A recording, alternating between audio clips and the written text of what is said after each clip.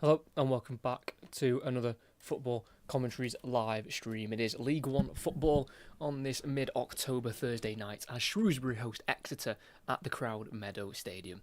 The Shrews have started the 24-25 campaign slowly with just 8 points from the first 33 available to them. Just 2 league wins so far, with one of them at home to Leyton Orient at the end of August and one away, which was in their last game at the weekend on Saturday as they defeated 10-man Crawley 5-3. It is 0 wins though from their last 3 at home for Paul Hurst's side, so a win tonight is vital. They do take on a strong Exeter side who currently have themselves in 7th position at the moment in the table after playing just 9 games. They did not play though at the weekend due to the international break with international call-ups, so it's been 12 days since their last game of football. Their last game was a 1-0 win to winless Cambridge United at home. But on their travels, Exeter have won twice against Bolton and Leyton Orient, but have also lost twice to Northampton and Blackpool. The first meeting between these two last season was a 0-0 draw at Exeter in late November, but in the reverse fixture it was a 3-0 away win here for Exeter after a red card for the Shrews after 6 minutes played. But the last 6 games head-to-head between these two have had 2 wins for Shrewsbury, 2 draws and 2 wins for Exeter. So far in recent events it's been an even set of affairs. So for on this Thursday night kickoff, will it be Shrewsbury to pick up 3 important points, or will Exeter climb up the table to 4th with a victory themselves tonight? We've got a 2-0 prediction for Exeter in the chat. They are definitely going to be the favourites going into this game. Of course, Shrewsbury, just the 2 wins from 11 in the league so far, sitting 21st in the table. And then for Exeter, like I said just then, they currently sit 7th on 16 points, 5 wins from 9 played in the league. They are 6 points off first place Birmingham. I'm not sure that will quite be their aim for this season to go to the top, but I think for Exeter they'll definitely be looking at trying to get into the playoff spots if possible. They finished 13th last season, Exeter, 11 points off relegation and 15 points off the playoffs, but they had quite a sticky spell during the season, Exeter, which kind of led them to be in that mid-table. They went on a 13-game run without a win in League One last season. They drew 3 games and lost 10 from the middle of September to the end of December. So if Exeter can avoid a run like that this season under Gary Caldwell, there's no reason why they can't aim for the playoffs. Without that blip last season, they would definitely have been sniffing around those playoff spots. And so far this season, like I said, they've started decently. They have missed 2 games so far this season due to the 2 international breaks we've had. So, like I say, they last played 12 days ago, Exeter. So they'll be not lacking that match fitness because, of course, a lot of them will still be in training. They'll probably play practice matches. Of course, it doesn't quite replicate a proper game day, but they'll sure be up for this, Exeter. That is for sure. And then, like I say, for Shrewsbury, they want to try and make a little bit of a winning run out of this. There were 7 games without a win before Saturday when they beat Crawley 5-3. They were 2-1 down in the 62nd minute, and then they were 5-2 up with added on time, and then conceded a late goal, but the game was already won. And like I say, Crawley did have a man sent off in that game, which kind of helped Shrewsbury pick up the 3 points, which they desperately needed, and they need to continue to try and win as many games as possible because, before Crawley, at the weekend, they'd won just 1 of their first 10 games in the league season. And like I say, that's just not good enough. And they've got some difficult fixtures coming up, but then also you couldn't see quite winnable ones. Bristol Rovers away, Barnsley at home, and then Burton away as well coming up as we move into November. I feel like the season's going really quick. I know we're only into the middle of October. I feel like the season only started a couple of weeks ago. It's going really quick. And fair play to every Exeter supporter who has travelled tonight. It's on TV, on Sky Sports. So you can find a way of watching it through the TV. But they are making around a 7-hour round trip to Shrewsbury and back tonight, on those coaches that they're probably taking to get down here. So full respect for those Exeter City supporters who have gone down there tonight on this Thursday night. Quite the travel for them, but they'll be looking to try and pick up 3 points. Last season they came here and won, got those 3 points. They won 3-0 in the end. All 3 goals coming in the first half after a 6th minute red card for Shrewsbury. So they've got very good memories of their recent travels here. Exeter, who are unbeaten in their last 3 against Shrewsbury, playing them in February and November of 2023, and then that 3-0 win last season was on March 2024. So it's definitely a fixture that has favourited Exeter recently, and it will continue to do so tonight, just due to the fact that Exeter are in a lot better form currently than Shrewsbury. But they come into this game off a win, which will definitely boost confidence for the Shrews under Paul Hurst, who they brought back to the club in January of this year. He was there for 2 years prior, from 2016 to 2018. He left after their playoff final defeat back in 2018, and he left to go and take charge of Ipswich, and unfortunately that didn't quite work out for Paul Hurst. He ended up being sacked by Ipswich in the October of 2018. He only lasted 15 games.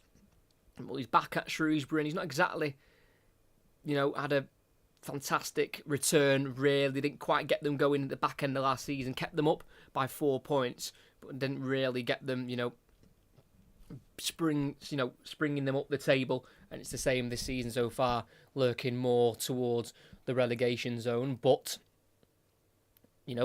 it's early on in the season still, got 46 games to play. And Shrewsbury have only played 11 so far, so plenty of football still to play. There's both sets of players now on the pitch here. We'll go through both starting 11s, you can see them on screen.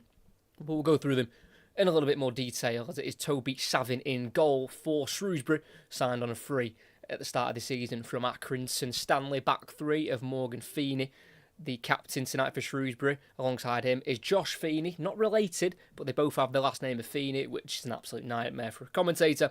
And in the middle of them in the back 3 is going to be Toto Nisiala, who they brought in on a free from Burton in the summer. 4 in the midfield, right wing back of Alex Gilead, and on the left is going to be Mal Benning, with 2 central midfielders of Jordan Rossiter and Funzo Ojo, who is on loan from Port Vale.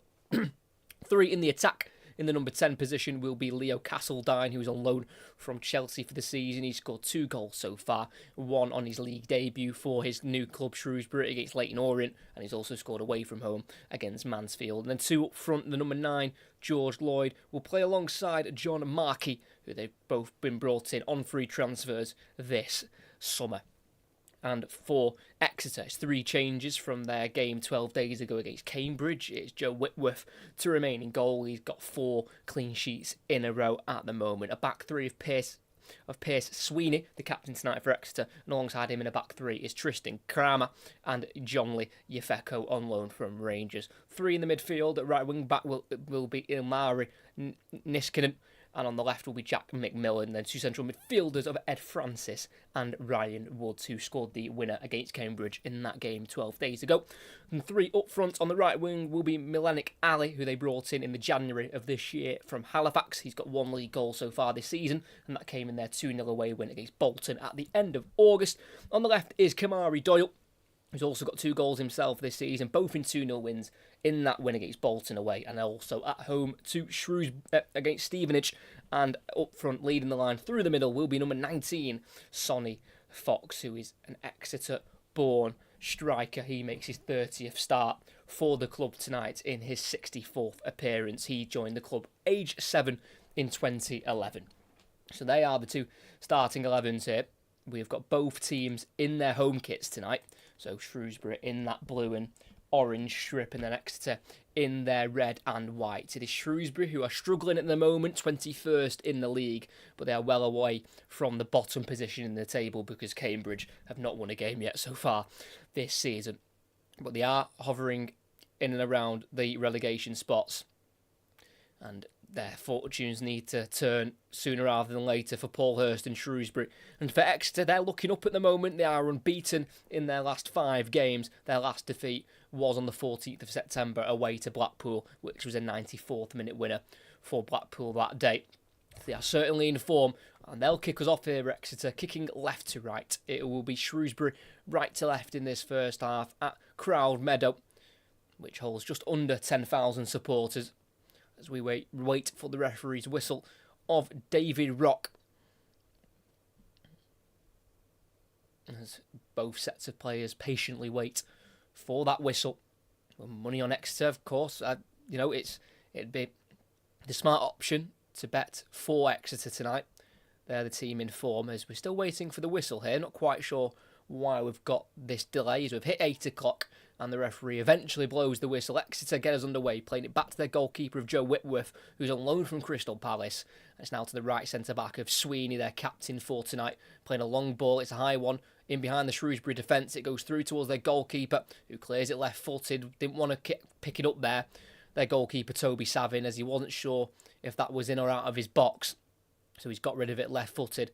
Midway inside the Shrewsbury half on this near side. It's an Exeter throw-in with their captain, Pierce Sweeney, who gets the ball returned to him from the throw-in and lifts it down the right-hand side here for Ali, who will chase it down, but he can't quite get around the centre-half of Josh Feeney, and it will be a goal kick for Shrewsbury. As it's been a start where Exeter have had the possession, and it's going to be Shrewsbury now to have it with a goal kick with Toby Savin to take. Came through originally at Southport, then spent a year at Wigan, then spent a couple of years at Everton as well, and then settled down and had his home of Accrington Stanley, where he made over 100 appearances for them, but he's left this summer to join Shrewsbury Town. Now, the goal kick's taken. It's down the Shrewsbury right-hand side. It's a high one, header away for Exeter. It's a battle in the midfield, and Francis plays it forward for Exeter, and it'll roll out a play on halfway for a Shrewsbury throw-in on the far side. It'll be taken by their number 17, Alex Gilead, who's a new signing as well, brought in from Bradford. And before Bradford, he had spent time at Newcastle, and he left Newcastle to join Shrewsbury in his first spell at the club, which only lasted a year.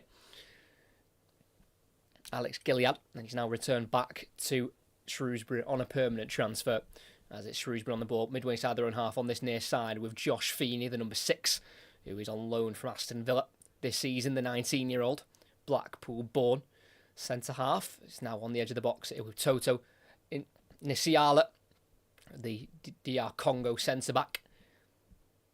Only played once for DR Congo back in June 2012. Nisiala, the now 32-year-old centre-back. It's on this left-hand side. And it's won back by Exeter. Good tracking back there by Ali.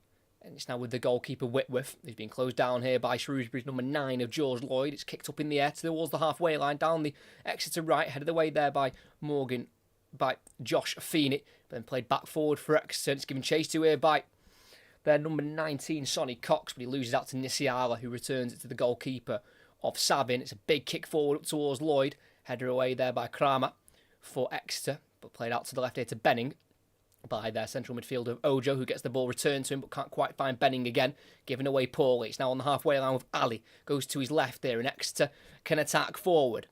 Can they make the most of it? It's their number 14 here on the ball, Niskanen, who can't quite find Doyle, won back by Gilead. It's now into the central midfielder here of Rossiter, goes down the right hand side here to Lloyd, who can't quite return it to Rossiter, one back for Exeter in the Shrewsbury half. Well, one back there. And it's now on the halfway line for Exeter with their French centre-back loanee, Tristan Kramer, who's been brought in on loan from Brentford for the season. He spent last season on a loan spell with Bristol Rovers. As on the ball, Doyle's been brought down, but he gets back up and he took on another player, but then the referee blew for the free kick eventually. Probably wanted to continue there. Kamari Doyle, on loan from Brighton for the season at Exeter. This is Yefeko bringing it forward from centre-half and playing a low ball into the box. It's not a bad ball, but no one's making a run towards it. It's now with the left wing back Benning for Shrewsbury down the left-hand side. Cut out by Sweeney, who gets the ball back from McMillan. And it's in the centre circle here with their number 6. And that is Ryan Woods, the central midfielder, out to the right to McMillan. Plays into space for Ali in the final third. Outside the box, he crosses it in. And it's headed away at the near post. Headed away once more by Benning. Doesn't have real distance on it. And it's Ali shielding the ball here for Exeter. Waiting for support. Try to turn away from his man. Ali in the box. Runs into a bit of traffic. But keeps it going. And then gets it to the number 4. It's now Doyle shooting from afar. And that's going to go into the gloves of the goalkeeper. Not a bad attempt there by Kamari Doyle. About 20 yards out left footed, just didn't quite get enough power behind the ball there.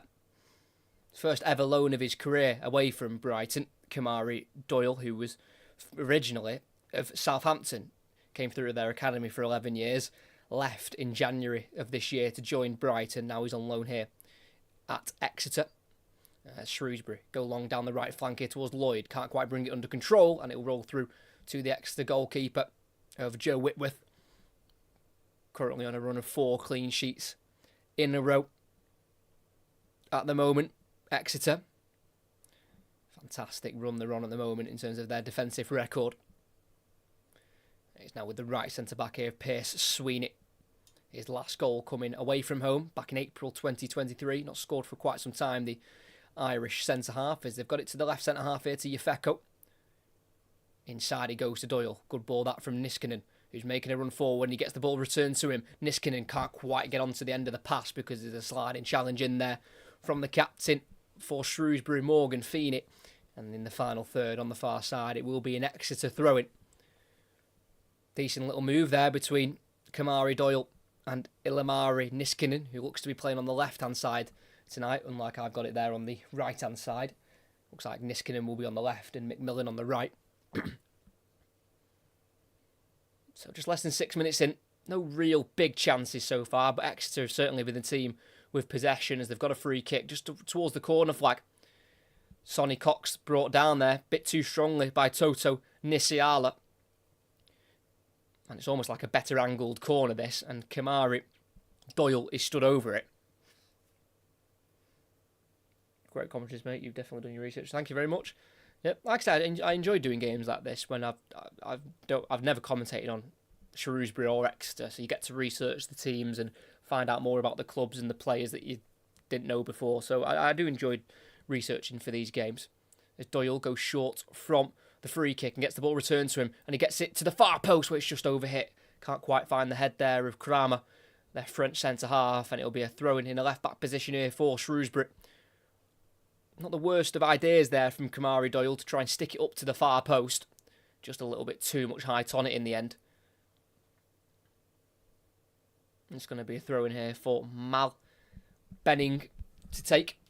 Featured in every game so far this season for Shrewsbury.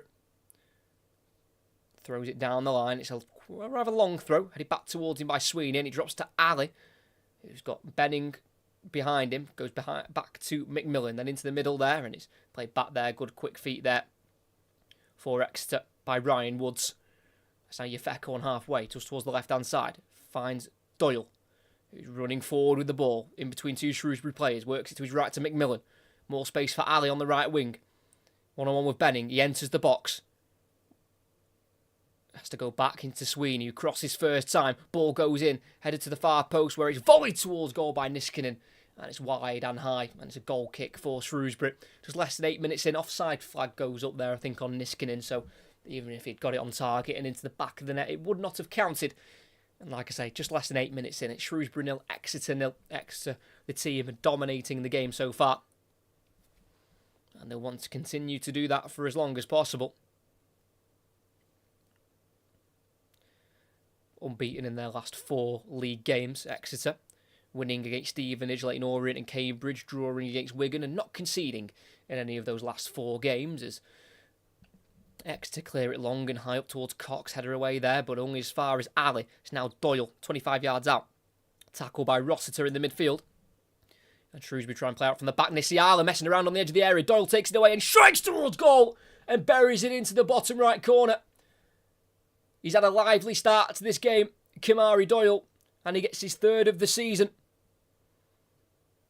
And it's a deserved goal for the away side, and especially for Kamari Doyle.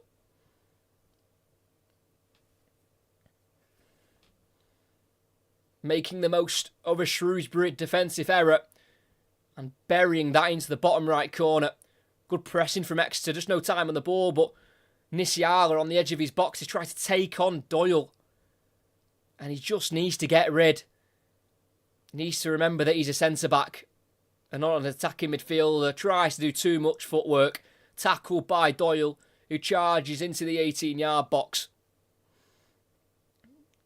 and finishes into the bottom right corner. Really good work rate there from Kamari Doyle, because he originally lost the ball to Rossiter and then he got it back off the Shrewsbury midfielder, putting tackles in on him, which forced him to go back to Nisiala, who then tried to dribble his way out of trouble on the edge of the box, lost out, and Doyle did not need any more time with that ball. He knew exactly what he was doing, getting the ball out of his feet, getting the shot away to the bottom right corner, and it could not be stopped by Savin. And Exeter have a very much deserved lead 10 minutes into this game away at Shrewsbury. Shrewsbury look to try and respond with a cross into the box there, headed away. And drops to the goal scorer Doyle, who plays it into space for Niskanen at left wing back. Drives forward with the ball beyond the halfway line. Constantly looking up for the next pass. Still with Niskanen, trying to go into the middle. Intercepted and goes forward here to Castledine. Their loanee from Chelsea. Now out to the right wing to Marquis. Back through for Castledine, who goes out to the right wing now where Lloyd's drifted out to pick up the ball and cross it low to the near post. Cleared by Sweeney. Drops it for Shrewsbury as they continue to attack it. It's on the angle here with Morgan Feeney. Back down the line to Gilead. Just keeps the possession calmly here for Shrewsbury. Goes to the centre circle to Nisiala.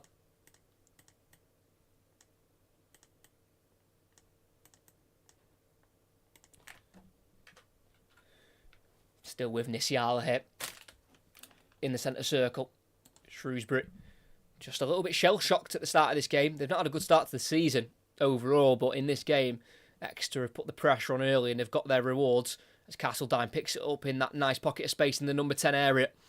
He's got Lloyd out to his right and he finds him. Not many to aim for in the box, but he'll put the cross into the box and it's caught well by Whitworth in the 6-yard box, applauded behind him by the travelling Exeter supporters, who of course will be more than delighted with the start their team's made on this Thursday night. As they play out from the back here, Exeter, it's with their central centre-back of Kramer. Got a contract at Brentford, his parent club, until 2026. And Whitworth lifts it to the right centre-half here of Sweeney. Time on the ball.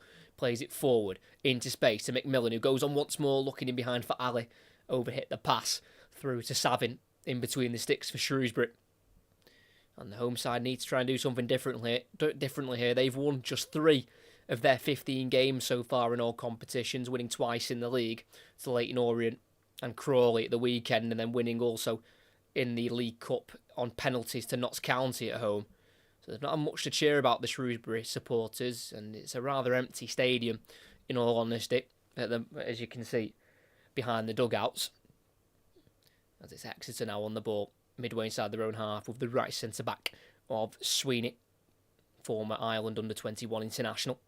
Lifts a ball in behind the defence of Shrewsbury, looking for Ali, who's running towards it, and he'll get there first, and he spins his man, and then tackled by his man there of Josh Feeney, who wins the ball back in the left centre-back position and clears it up the field, but it's won back there for Exeter by Ryan Woods, who was on loan last season at Exeter at the back end of last season, and that move was made permanent in the summer, joining on a free from Hull. And he actually started his career at Shrewsbury, Ryan Woods, and he left in September 2015 to Brentford for just over £1 million. So definitely rated highly in the early stages of his career, Ryan Woods. Sweeney, the right centre-back, just kicks out of play, looking for the run down the right channel there of Sonny Cox, but again couldn't keep his pass in play. Just over 13 minutes in, it's Shrewsbury 0, Exeter 1, and it is a scoreline which pretty much tells you the opening 13 minutes of the game. And it was a goal by Kamari Doyle, who has played twice for England's under-19s in September 2023, coming up against Switzerland and Germany. As Marquis tries to switch out there for Shrewsbury, he gets to his man of Gilead on the halfway line, helped on by the head of Niskanen, but he still reached Gilead, and Shrewsbury have the ball in their own half here with the left centre-back of Josh Feeney. He's going to go for a switch from left to right towards Gilead. It's up in the air, and he can head it inside. Controlled and cut out, though, by Woods on the halfway line. And Exeter have it. They want to go forward. Doyle shoved in the back. Not given as a foul according to the referee. And Shrewsbury have it back with Josh Feeney playing it to the left wing back on the halfway line of Benning. Not really any options going forward, so he has to go back to Josh Feeney, who is a former England under-18 international, the Aston Villa loanee, who's making his 5th start in a row in the league. It's out to the left wing back, Benning. Nice ball there to find the number 12 of Ojo, who replays it into Benning in the box on the left-hand side. Goes to try and catch out the goalkeeper at the near post, and he fumbles it behind for a corner. Don't think he was going for a shot there, Mal Benning, the left wing back, who had linked up well there with Ojo. But the ball ended up going towards the near post, didn't quite get his foot around the ball. And I think he caught the goalkeeper by surprise. He couldn't quite keep a hold of it. And on this near side, it's going to be a left-footed outswinger from Benning, who won the corner for Shrewsbury. We've hit the 15-minute mark here. And the ball is delivered into the box. It's dropped and it's a shot towards goal, which has been blocked. Still needs to be cleared from Exeter. And Ali will take his time as he takes it out of the 18-yard box, sprints down the Exeter left, clears it down the line for Doyle, who touches it away from the Shrewsbury man, but can't get around Gilead. And it's swept up there by Ojo. And it's a well-defended counter-attack there by Shrewsbury, because they could have been caught out there. It was a good ball forward by Ali to find Doyle, who tried to get himself around Gilead, but didn't quite have the pace. And Shrewsbury have it back on the far side here with the captain, Morgan Feeney. Only 25 years of age, and only joined at the start of last season from Carlisle, after getting them promoted through the playoffs in League 2, beating Stockport County in the playoff final at Wembley. And here he is again. Morgan Feeney, right-footed ball. It's a lifted ball down the right channel. Again, can't find Castledine because it's not stayed on the pitch. And there'll be a throw-in on the far side for Exeter in their defensive third. Be taken by Johnny Yefeko, on loan from Rangers. But before Rangers, he was previously at Spurs and Leicester's academy. Had a trial at Southampton after his release from Leicester, but ended up joining Rangers in the January of the 2022. As Shrewsbury deal with a long ball forward by Exeter. They were looking for Sonny Cox, couldn't find him. It's now Castledine, forward to Marquis, links up with Lloyd, 22 yards out, plays it to the run of Castledine in the box, who's tackled well by Kramer. And that'll be a corner on the far side for Shrewsbury. Just starting to slowly grow into this game after a really slow start. Good link up between that triangle up front of Marquis, Lloyd and Castledine, who was charging in the box on the angle on the right-hand side. Wanted to try and get the shot away, but it was a good foot in there by Tristan Kramer. And it will be a Shrewsbury corner once again, this time on the far side. It's going to be another ball in from Mal Benning. This time it'll be an in-swinger with his left foot. It's a higher one to the far post where it's headed towards goal, and it's easily caught by Whitworth. Header won there by Morgan Feeney, but he headed it into the ground, and it took away all the pace. And again, Exeter can have the ball with their goalkeeper for this season, their number 1, Joe Whitworth, whose brother, Harry, is also at Crystal Palace as a goalkeeper. But Joe is spending his time on loan this season with Exeter. This is his first loan spell in his career. As Woods caught in possession on the halfway line, and it's quickly played forward by Rossiter for Shrewsbury.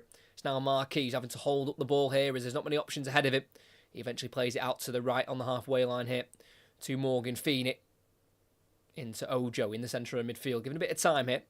It's now Benning, who's on the right-hand side, still from the corner he took before. So they've got the switched wing-backs at the moment. Benning on the right, and I'm presuming Gilead will be on the left, as it's still with Shrewsbury. Just inside their own half here with their experienced Toto Nisiala, who gave away the ball really cheaply for the goal. It's now a lifted ball down the right side towards Benning. Picks up the loose ball there, the header down from the Exeter defender of Niskanen. It's now Rossiter, finds Castledine on the far side. About midway inside the Exeter half. Charges away from one. Wants the 1-2 with Lloyd, but Lloyd goes back instead to keep the ball moving here. Morgan Feeney going back towards the halfway line here to Ojo. Rossiter out wide right again to Morgan Feeney. Back inside into a central area to Castledine, who keeps it away from Woods. Goes back to Rossiter, who moves it quickly to his left here to Josh Feeney. It's now Rossiter again, quickly shifting it onto his midfield partner of Ojo. Out to the far side here to Morgan Feeney. Forward to Lloyd, being chased down by Yefeko. Goes back into Ojo. Nicely knocking it about here, Shrewsbury Town. First bit of possession they've actually had in the whole game, where they've kept it for a sustained period of time, as it's Feeney bringing the ball forward and poking it into the box. Can't quite find Markey. It's Josh Feeney again with it. Need to remember to keep using their first names, because of course we've got 2 Feeneys at the back for Shrewsbury. Morgan the captain and Josh the loanee from Aston Villa. Lloyd Going back into the centre circle here to Josh Feeney, the 19-year-old. Exeter just allowing Shrewsbury to have the ball. They're not exactly going far with it at the moment, as Ojo tries to send it over the top here for Marquis, who brings it down in the box. His back is to goal at the moment. He's battling well, lays it off to Castledine. It's now Gilead, one-on-one with McMillan. Squares it towards Castledine, can't quite get the ball under control. And Exeter can clear down their right flank here towards Ali, who can keep it in. Knocks it beyond Gilead. Ali still driving with the ball, goes down over no challenge. And Gilead has it back. Well defended there for Shrewsbury. Well, a bit confused why Milenic Ali decided to go to ground there with no contact. It looks like he was going to be able to get away from Alex Gilead, but not to be. And Shrewsbury have it back. 20 minutes in. Still Shrewsbury 0, Exeter 1. And after a solid start for Exeter, Shrewsbury have got themselves in the game, having some possession. Not exactly creating too many clear-cut chances at the moment, the home side. Thank you to everyone who's here. If you could like and subscribe, that'd be fantastic. We've got another commentary coming on Sunday. There's Liverpool take on Chelsea. I haven't got any other commentaries planned because the week after I am busy all week, so I won't have time to prepare for any commentaries. So just make sure you subscribe with notifications on so you know exactly when my next live commentaries are. But the next one that is definitely happening is Liverpool-Chelsea on Sunday, 4:30 kick-off in the Premier League. Still Shrewsbury on the ball. On the right centre-back position, Nisiala playing it long again down that right-hand side. It'll be given chase to here by Benning, who's still on the right-hand side. And it's Niskanen to clear it up the field. Not very far, though. It's gone high. Headed forward by Ojo to Benning. Ojo again. Benning. Controlled by Marquis. Then back out wide to Benning. It's some good, nice, tidy football here from Shrewsbury. As it lifts it into the box to Ojo, whose touch gets away from the defender and he strikes it towards goal. It's saved. And on the rebound, it's saved again by Whitworth. Shrewsbury trying to get this game all square. And 2 strikes, one from Ojo and one from Marquis. Both saved by Whitworth. It was well-connected football down the Shrewsbury right.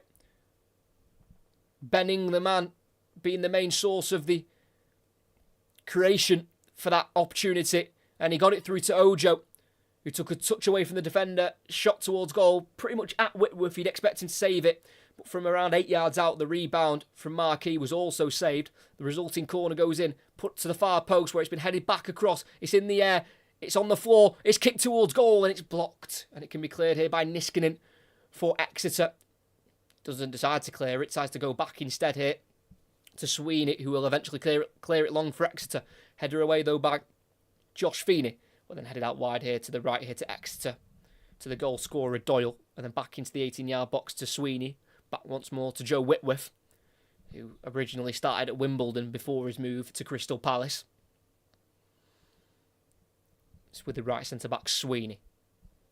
Down the line to Doyle. Big tackle in from Ojo. And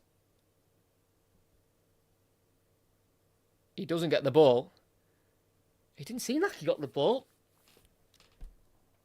I think he got the ball, but it looked like he went through the man first there, Ojo. That was a big sliding tackle. The referee doesn't mind it. And it's a throw-in for Shrewsbury. So Ojo must have got in with the tackle, and then he must have kicked it first, and then kicked it off Doyle. And it's a throw-in for Shrewsbury. Fair enough. If the referee sees it as a fair challenge, then that's what it is. And it's Shrewsbury on the ball in their own half with the left centre-back here of Josh Feeney. Lifted ball down the left-hand side towards the edge of the 18-yard box. Sweeney lets it bounce and he heads it to his goalkeeper Whitworth. Really good defending there by the captain, Pierce Sweeney, who was actually set to leave Exeter in July 2021. He'd been there since July 2016. He had a deal agreed with Swindon, but due to not being able to move closer to Swindon, that move was pretty much cancelled, and he returned back to Exeter. So he was almost moved from the club 3 years ago. The now captain, Pierce Sweeney, actually found a great commentator. Thank you very much, Alex. I really do appreciate that comment. I hope you are all enjoying, and I hope you all think the commentary's good enough. As a ball down the right side, Castledine sold his man. That's a brilliant dummy, and he's in the box on the right-hand side. He'll square it. Benning's coming in. He'll strike it first time, and it's well blocked by Woods. Still in the box, though, and the touch goes towards the corner flag by Ojo, but he's kept it alive for Shrewsbury. Benning again has it. He's given time to cross it here left-footed. It's a deep one again, bounces through to the edge of the area here on the right-hand side to Gilead. Finds Lloyd. Tripped, is he, on the edge of the box? He is, by Sonny Cox. And Shrewsbury have a free kick. What an opportunity. It was a ball down the right side there towards Leo Castledine. Tristan Kramer, the Exeter centre-back, committed. And he was sold a dummy. Went through both of their legs. And then Castledine squared it to Benning. And as he latched onto it, he struck it off Wood's hand. But I don't think that's an unnatural position. Ooh, he is turning his back and his arm's slightly out there. I think with VAR, they would have a good look at that, but I think in real time, that's a difficult one for the referee to see. So maybe possibly getting away with one there, Exeter, with no penalty given after that shot deflects off the hand of Ryan Woods. But we're just over 25 minutes in, and Shrewsbury have certainly been the better side since conceding the opening goal. And this free kick, well, there's two options. Leo Castledine's one of them, the right-footed option. It's just to the right side of the box, about 22 yards out, so it's a nice distance. Benning is also stood over it as the left-footed option here. Referee blows the whistle. It's going to be Benning with the left foot, gets it over the wall and just wide of the post. Not far away there by Mal Benning, who's not scored yet this season for Shrewsbury. But he's been involved in a lot of the build-up and he's got that perfectly over the wall, and again just missing that bottom right corner with scrambling across. He might have had that covered, the Exeter number 1. And they're just about holding on to their lead at the moment, the away side. It's with the left centre half of Yefeko, heads it forward, but only size Ojo for Shrewsbury. Plays it forward, then flips on once more. Markey returns to Rossiter. Tries to find Markey again on the edge of the box, but it bounces over him. But the clearance hasn't gone very far for Exeter. And Shrewsbury have it again on the right side. Heavy touch from their captain. Cleared away by Niskanen for Exeter. He'll drop towards Doyle, who loses out there to Gilead. Strong defending from the Shrewsbury man. On the home side again have a throw-in just inside their own half on the far side. It's thrown back here to their central centre-back of Toto Nisiala, who actually spent 2 months of his career in Vietnam. From November 2013 to January 2014, he's played over 200 times at this level. Nisiala joined in the summer from Burton Albion.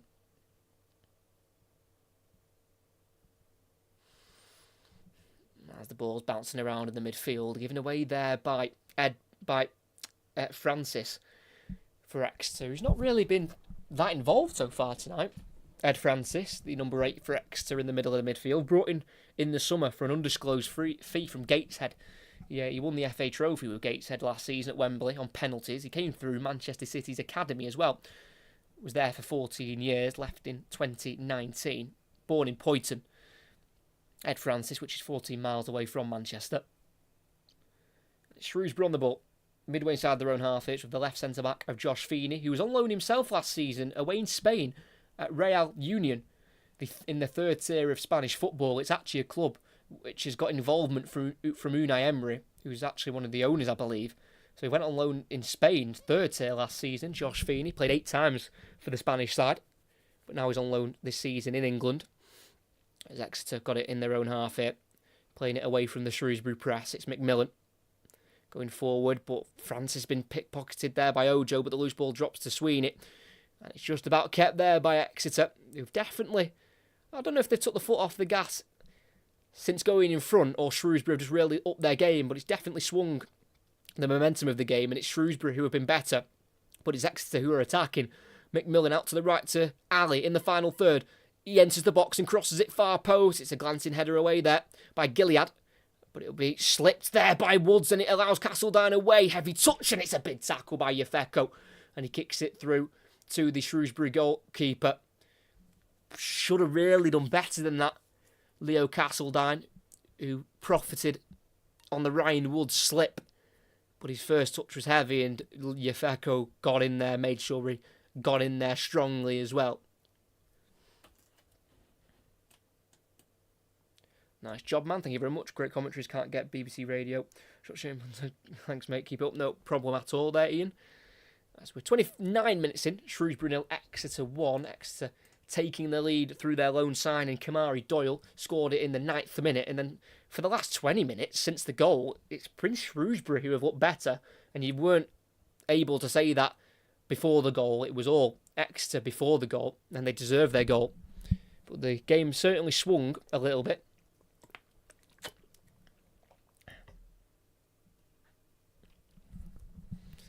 As it's Exeter who've got it with a goalkeeper in the 18-yard box here, Joe Whitworth, who's played twice for Crystal Palace in their first team when they had a bit of a goalkeeper injury crisis. He played against Brighton and Arsenal in the Premier League in March 2023. Lost both games, but valuable experience for the now 20-year-old as he plays the ball nicely out to Yefeko at left centre-back, who will drive it beyond the halfway line, down the Exeter left, and then into the space for Niskanen. Running at Gilead onto his stronger right foot, then back heeling it to Doyle, who gets a cross into the box, but it's right to the goalkeeper at the near post. And it's Shrewsbury have it just over half an hour in. Shrewsbury 0, Exeter 1.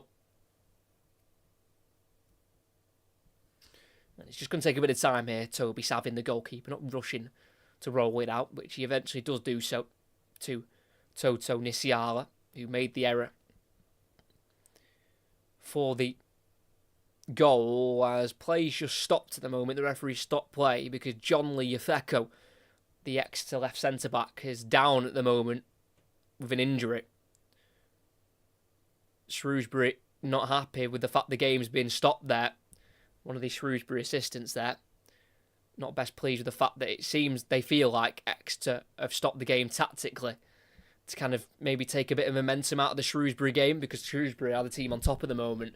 It does feel like it's a bit of a tactical injury there from Exeter as they get some fluids on and, you know, need to try and regroup themselves back into this game. So stoppage in play at the moment just while John Lee Yefeko gets some needed treatment, I'm sure. Great commentary. Exeter fan in Southend here. No nails since the goal. We've been 6 games without conceding. True, that is true. And you know, it's not going to be easy for Shrewsbury to get themselves on the score sheet tonight, that's for sure. But in terms of their build-up play, they actually look like they could possibly, you know, scare the Exeter goal, which is also, you know, it's always what you want out of a game of football, especially the neutral anyway. Of course, you want both teams to be attacking and having the game as even as possible. Shrewsbury 0, Exeter 4. It will finish. Well, it finished 3-0 between these two last time they met here last season on the 12th of March, 2024.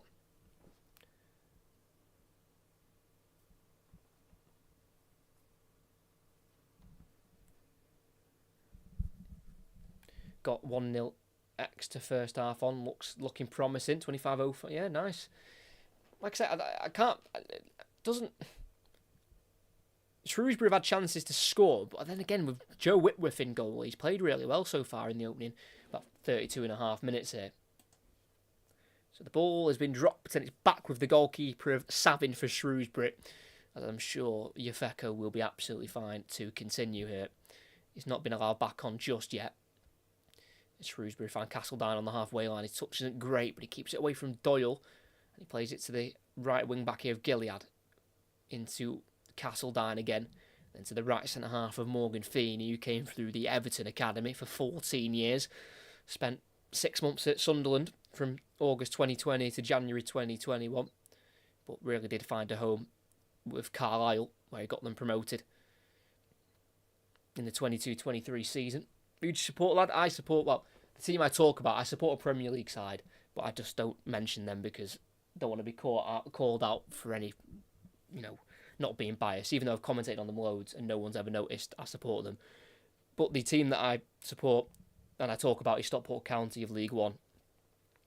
I've been going since 2018 now, so yeah, before we started winning everything. As Niskanen on the edge of the box has a shot blocked there by the captain Feeney.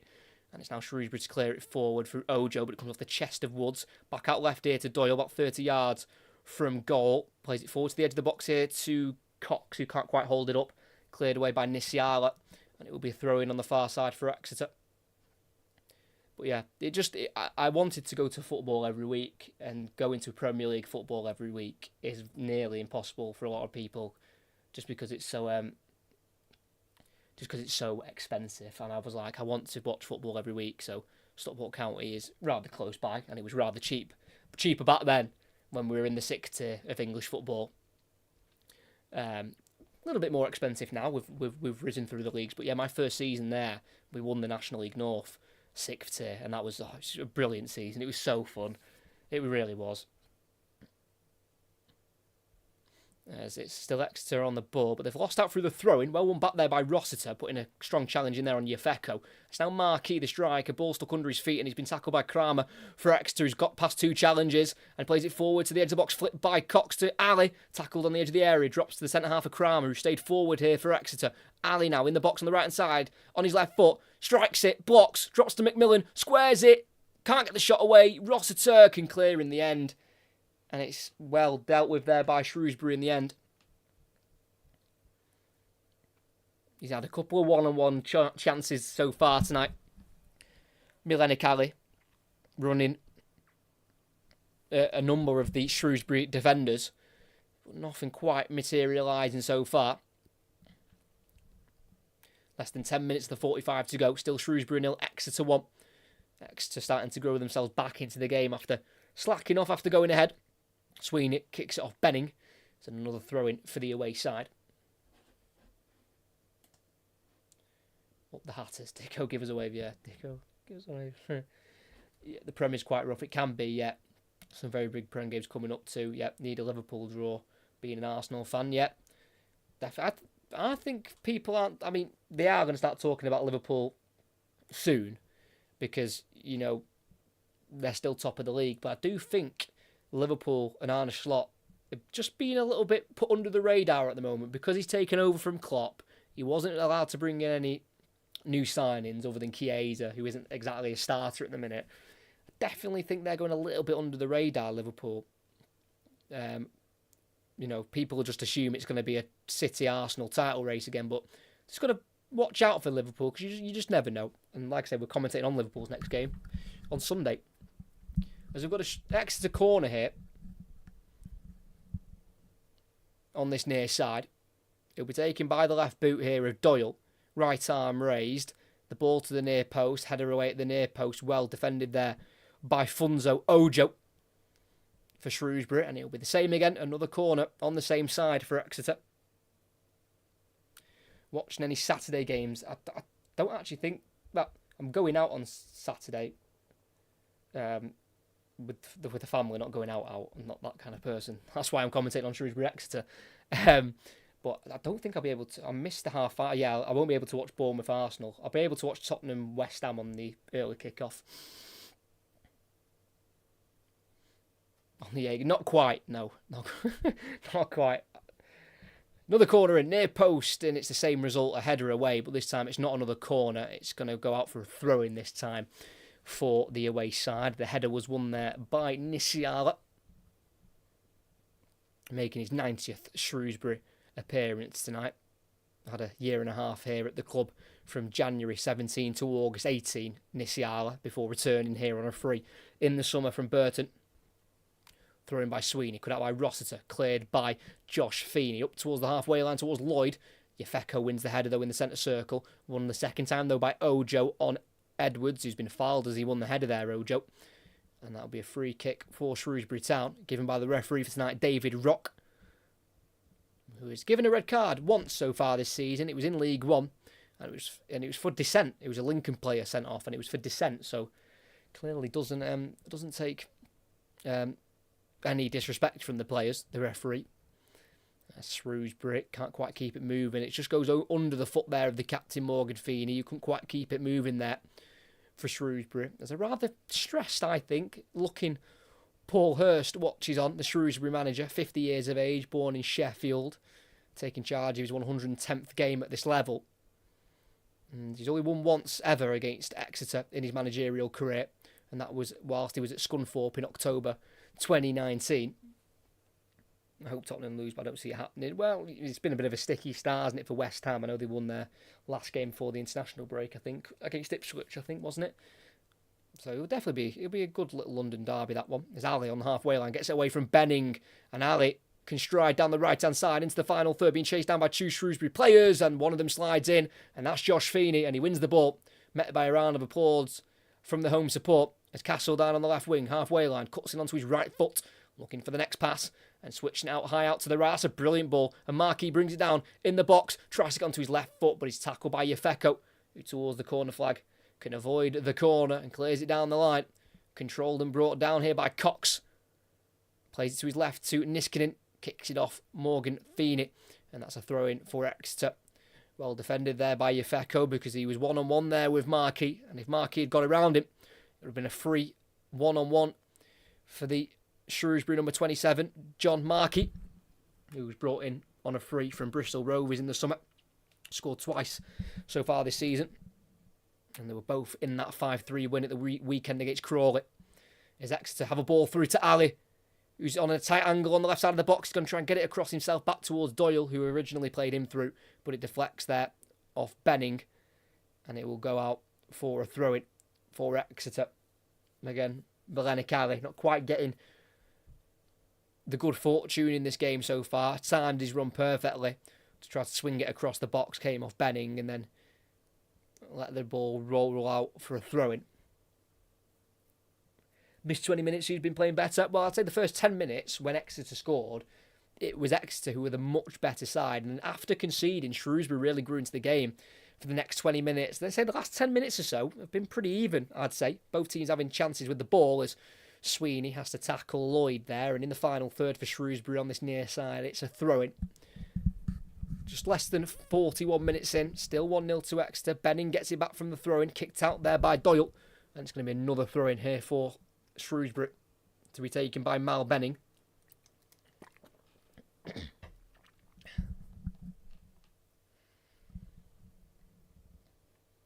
Taking his time with the throw-in here. Gets it returned to him from Ojo. Then inside to Castledine, who's just on the edge of the box here. He's going to go for the shot towards the near post. Just dips into the gloves of Joe Whitworth, who was quickly there to cover his near post.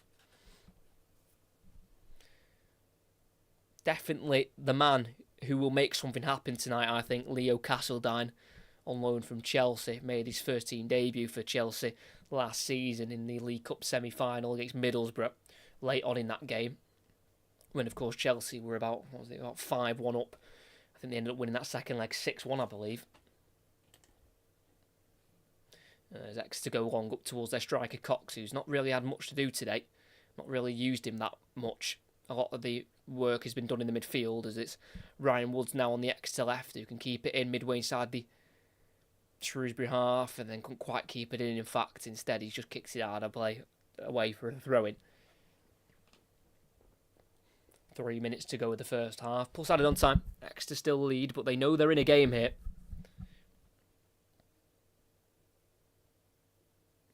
There's a bit of battling going on with Gilead. He gets the last touch off Doyle. Another throw-in on the halfway line this time for Shrewsbury on that far side.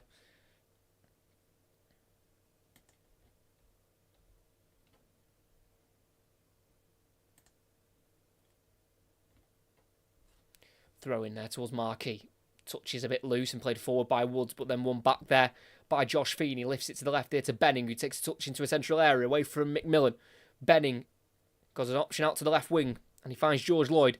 One-on-one with Sweeney. Goes on the outside. Left-footed cross goes into the box, and it's important. Header away there from Kramer. Still alive just outside the box here for Shrewsbury with Marquis. Kicking it off Doyle. Throwing on that far side for Shrewsbury. Indicated by tonight's assistant referee on that far side, Emily Carney. It's now Ojo in the middle of the park here for Shrewsbury. Goes to the left here to Josh Feeney. Furthest wide is Benning. Plays inside to Castledine, who returns it towards Benning, but can't quite find the wing back. The pass is loose, and then it's cleared forward by Sweeney for Exeter. Controlled by Josh Feeney. Forward by Ojo into Castledine, and Shrewsbury can attack again. Castledine ballooning the ball up in the air, looking for the switch out wide right, away from Gilead, and out for a throw-in for Exeter in a left-back position as we close in on half-time here at the Crowd Meadow Stadium, which opened back in 2007, so a rather newer stadium in the game.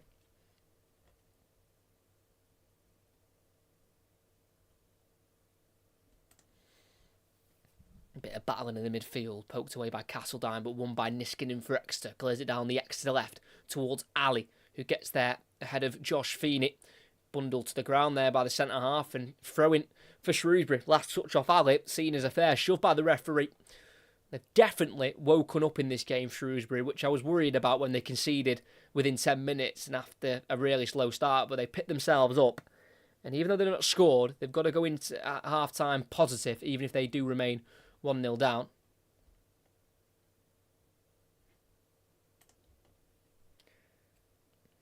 Josh Feeney into the middle here to Ojo. Back to the goalkeeper of Toby Savin. He's actually got 2 red cards playing in League One.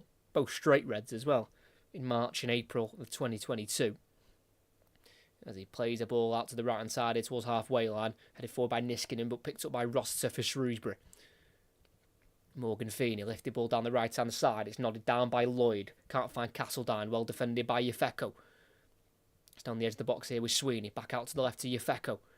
Forward he goes to the halfway line, finds Cox, and he plays it around the corner for the run of Niskanen. Brilliant football from Exeter. Right on half-time. Can they score? Niskanen in the box. Squares it towards Ali, and it's a good clearance. Had to slide in to get there, Josh Feeney. And Shrewsbury can clear it away. Big chance for Exeter. Right before half-time.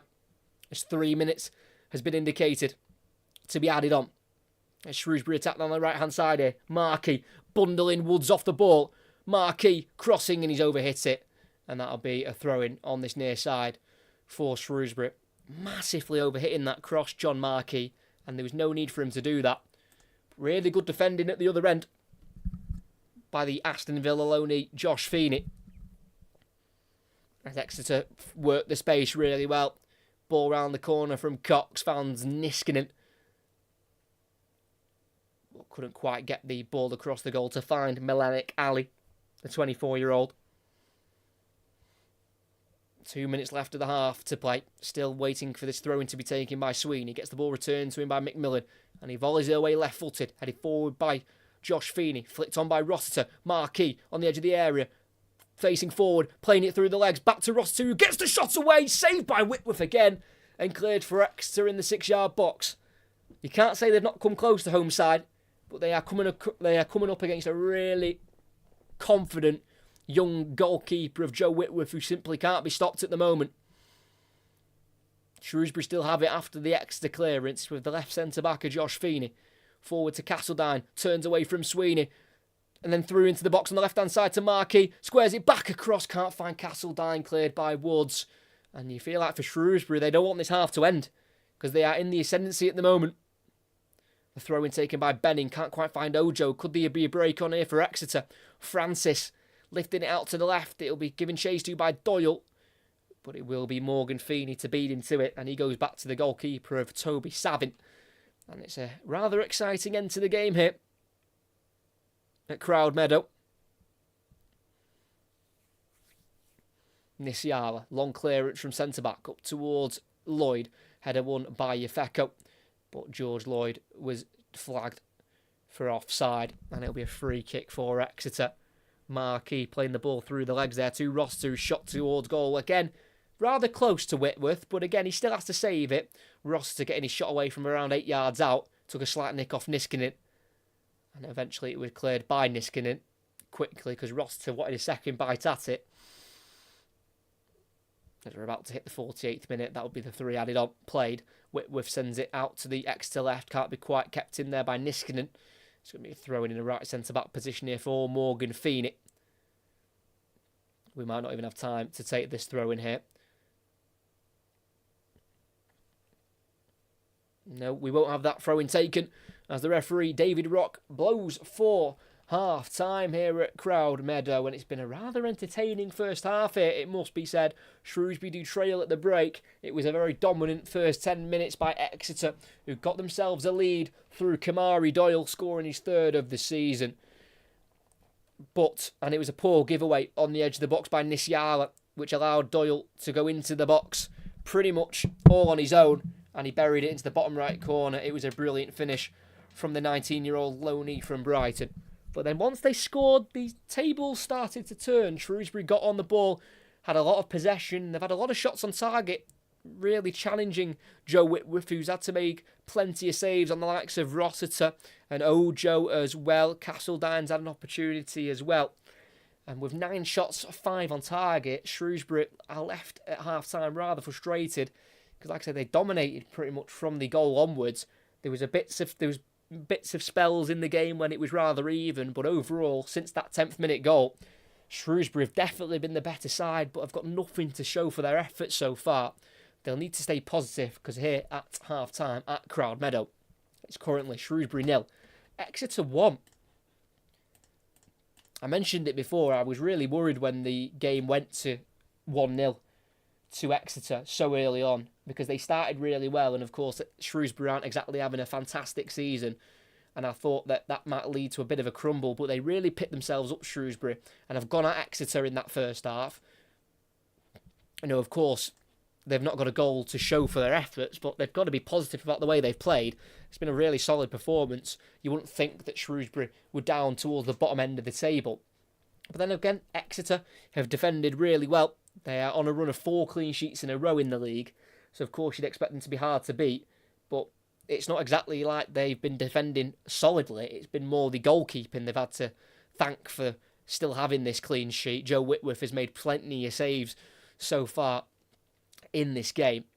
But for Shrewsbury, they've just got to come out and play the same way, but when they get one of these chances, they've just got to try and get it in the back of the net, which of course is easier said than done.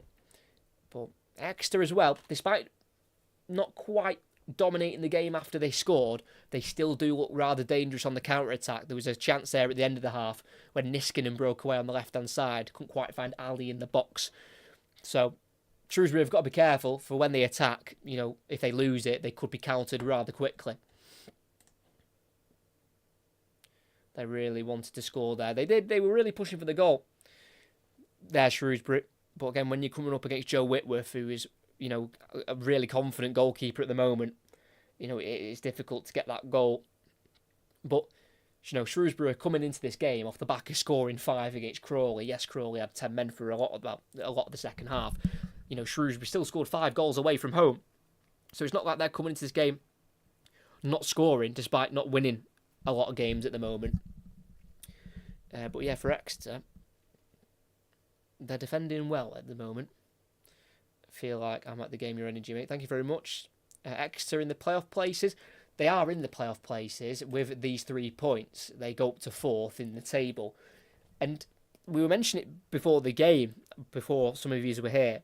But Exeter last season, they went on a run of 13 games without a win in the league.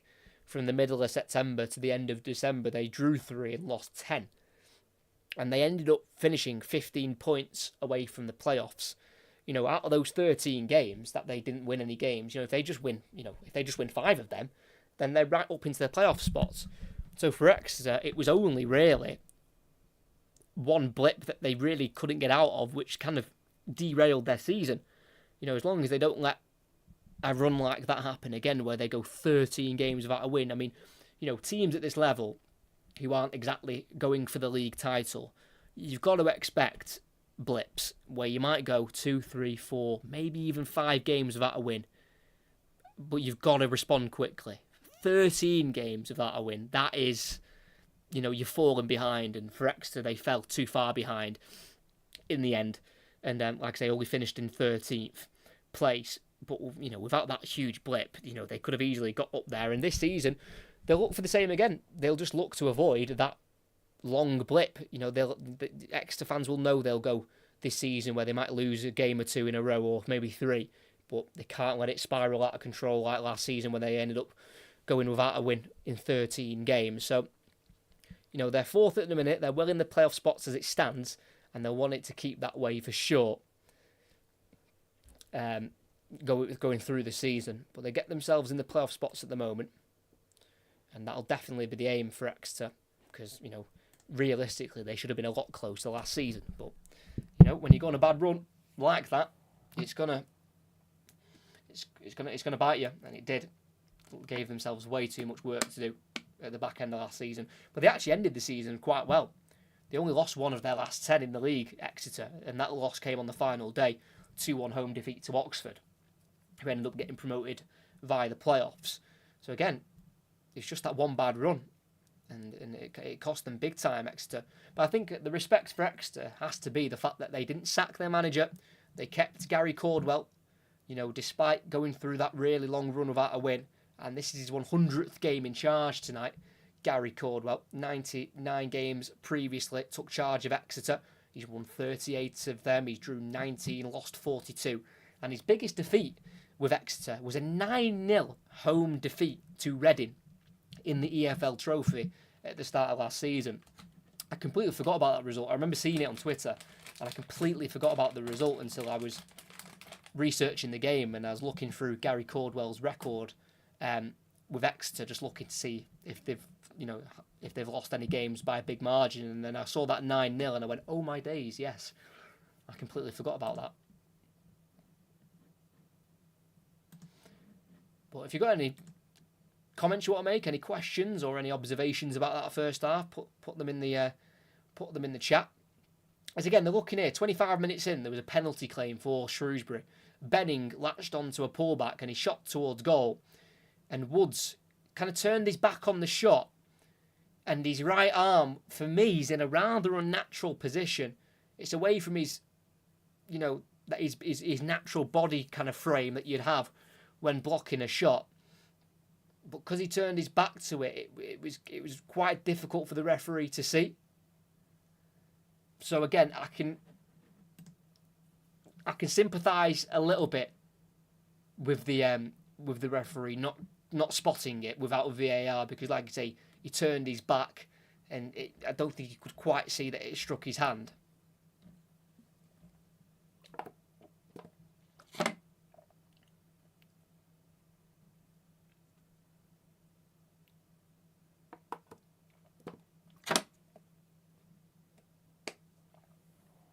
The second half will be getting underway very shortly. Like I said, the next commentary we've got that is definitely happening is Liverpool-Chelsea on Sunday.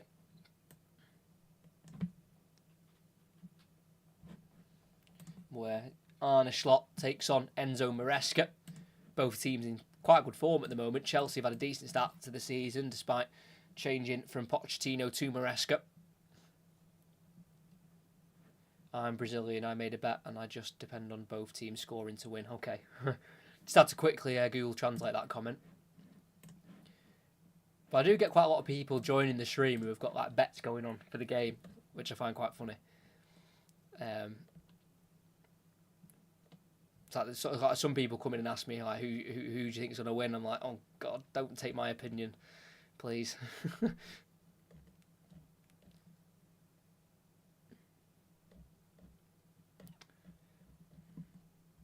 We've got a couple of EFL games tomorrow as well on the Friday night.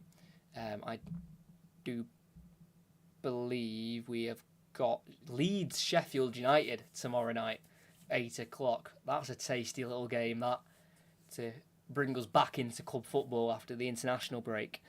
Leeds doing okay, I think, in the Championship. I've not exactly been keeping up to date with Leeds. I'm not hearing too much about their season. Yeah, they're 5th at the moment. 16 points from 9 games, which isn't amazing. Sheffield United are 2nd, but I'm sure Sheffield United have got a point deduction.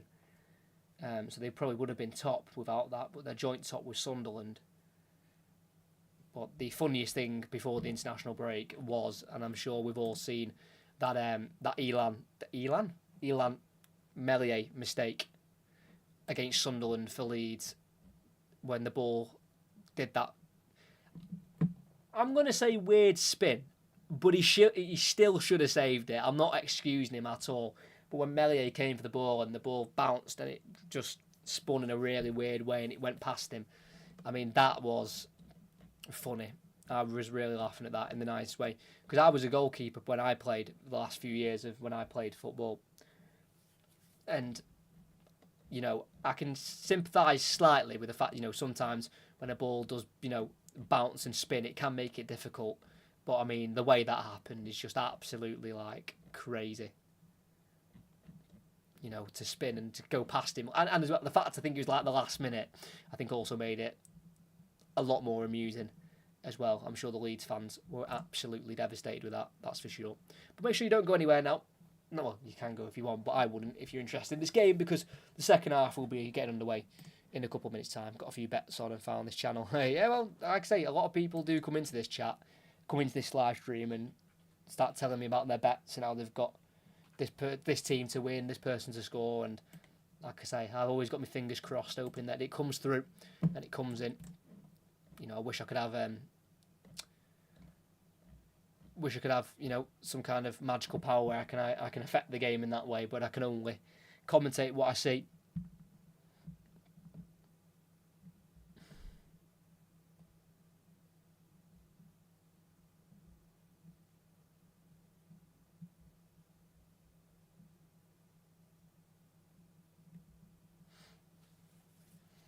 But I don't think we'll get any changes at half time. I think the only reason for changes would be injuries or anything like that. And the only person who showed a glimpse of maybe being injured was John Lee Fecko, who went off during the first half, but I don't think he was actually that injured. It was at a time in the game when Shrewsbury were really building the momentum, and I feel like Exeter just wanted to kind of break that momentum up. So Yefeko went down and kind of broke up the play a little bit. But other than that, I don't think there will be any. Any substitutions at half time, because I don't think exactly Shrewsbury are doing much wrong. They just need to try and beat this goalkeeper of Whitworth, who's having a really strong game. Like I say, 4 clean sheets in a row for him in between the sticks for Exeter.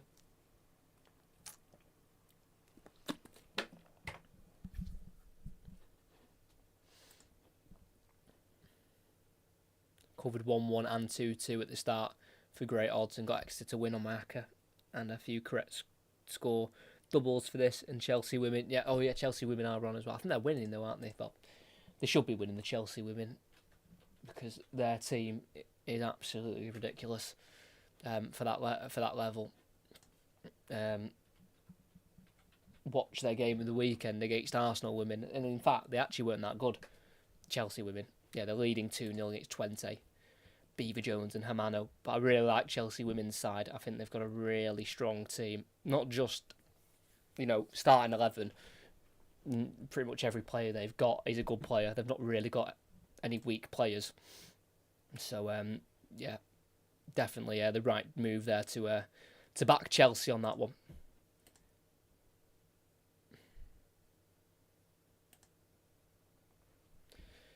But again, just another thing that I'm just wondering. How long do Shrewsbury give Paul Hurst, who's in charge at the moment? Because yes, they're putting up a good fight, but if they don't win tonight, that will be 2 wins from their first 12 games in the league. It will be 3 wins from their first 16 in all competitions. So you got to start thinking, when exactly are things going to really start changing when they get those results in? It's all good playing well but still losing. You need to be able to, sometimes you need to be able to play badly and win. And it doesn't even seem like they can win when playing well. So definitely just a thought for Shrewsbury Town fans who might see a new manager. But then again, it's not like Shrewsbury haven't had chances. They've had plenty, but cannot get it past the goalkeeper of Joe Whitworth.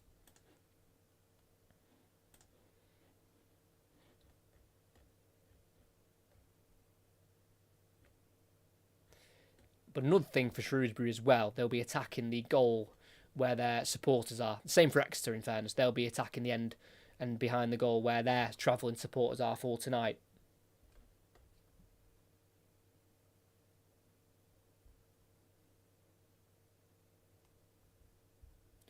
So I don't think there's been any changes, or has there? There has been a change for Exeter. I can only imagine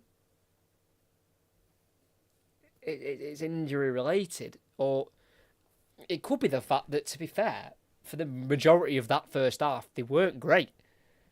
Exeter City. I think we've had a couple changes, in fact, here as we are underway. Shrewsbury kicking left to right, Exeter right to left here. It's a quick start from Shrewsbury, trying to throw the ball into the box, header away there by Niskanen, and it's gone through the legs of Nisiala, but then swept up by Morgan Feeney. 2 changes we've had for Exeter. We have had the striker of Josh McGuinness on, and the attacking midfielder of Jack Aitchison, who's now on the ball, plays out to the right to McMillan. Not quite sure who's come off. I think the striker Sonny Cox has come off, and I think the goal scorer as well, Kamari Doyle. So possibly bringing on just a little bit more experience here, Exeter City. Because Josh McGuinness is a 34-year-old striker who scored 48 goals in this level. And Jack Aitchison, who's 24 years of age, came through at Celtic. He's played 65 League One games before tonight. Yeah, I'm waiting. The timer hasn't come up on my screen, so I don't actually know what time we're on. So as soon as they show me the time, I'll get it back started again. Because, yeah, they've currently not got the scoreboard on at the moment on my TV screen. And it comes on now. Let me see where we're up to. Just over a minute in, I'll get it started when we hit 46:30. As it is with the right centre-back here of Morgan Feeney for Shrewsbury. Beyond the halfway line, finding George Lloyd. Finds Castledine, turns away from Yefeko. It's now Gilead, midway inside the Exeter half. Goes into the middle here to Rossiter. And then back into his own half here to find Nisiala. And then back once more to the goalkeeper on the edge of the box of Toby Savin. So yeah, 2 changes for Exeter. The goal scorer, Kamari Doyle, off, and Sonny Cox off. 19 and 20-year-old, respectively. And then they've been replaced by Jack Aitchison and Josh McGuinness as well. As Morgan Feeney tackled strongly there by Niskanen. And it'll be a throw-in for Exeter in the final third. Taken quickly by Niskanen. Finds Aitchison, who backheels it into Niskanen. Nice bit of skill. Towards the byline, left-footed cross. It's a low one, cleared by Ojo. And it'll go for an Exeter throw-in right next to the corner flag on this near side. Just over 2 minutes in. And it's Exeter who have started the brighter of the two.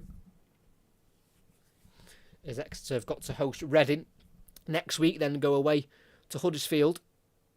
So 2 rather challenging fixtures coming up for the away side tonight. As Exeter play it out of play. Not had the greatest of games so far tonight, Ed Francis, and that's another misplaced pass from the 25-year-old. So in a defensive third here for Shrewsbury, they've got a throw-in with their captain Morgan Feeney, whose last goal himself came against Crawley in February 2023 away from home. So he's not scored for a while as his throwing goes into the Exeter half and absolutely booted up into the air and down the left-hand side by Francis. It bounces, header away by Nisiala, or as far as Woods, who chests it down on the left-hand side and lifts it down the channel here for McGuinness, who can turn away from the defender of Nisiala and crosses it left-footed. It's another low one, cleared as well by Josh Feeney away from Ali. And it's another throw-in for Exeter, who've definitely buckled up their ideas in this second half. They've had back-to-back mid-table finishes in this division after being promoted in the 21-22 season, second place, as Niskanen works it to Aitchison. Onto his right foot from the left-hand side, shoots towards goal, but straight down the goalkeeper's throat. Should be doing better than that, Jack Aitchison. He's only scored once so far this season. That came in the EFL Trophy at home to Swindon. Had started 8 games so far in the league. Aitchison. It's now with Morgan Feeney. To the right wing back here of Gilead. Then back into the central centre back of Nisiala, who spent some time of his early career at Everton. As they lift it forward towards Marquis. Flicks it on towards Lloyd, who can't quite keep it moving. Drops to Niskanen instead. It's now into the 18-yard box to Joe Whitworth, who will clear it forward into a central area, into the centre circle towards McGuinness. Chests it down for Aitchison. Then out wide right here, will lift the ball to Ali, who will get there ahead of Benning. But then tackled by Benning. Solid challenge in, who clears it down the line. It will go to Sweeney for Exeter, who turns away from Markey. Then clears it off a Shrewsbury man, then back off himself. And it'll be a throw-in for Shrewsbury. 4.5 minutes into the second half. Shrewsbury need to wake up again if they don't want to let this game get away from them.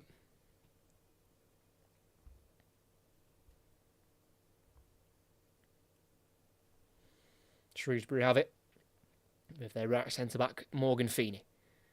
Furthest wide right here is Gilead, just about keeps it on halfway, then back inside to Rossiter, then plays it down the right-hand side here for George Lloyd, who is onside, but can't get away from Yefeko.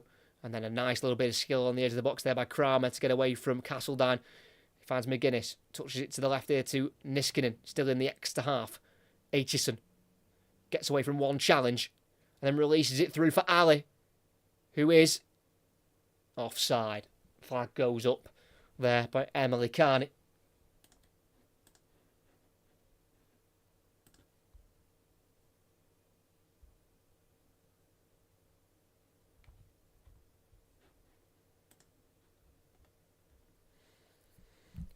Shrewsbury play out from the back with their goalkeeper, Toby Savin. He's only 23 years of age.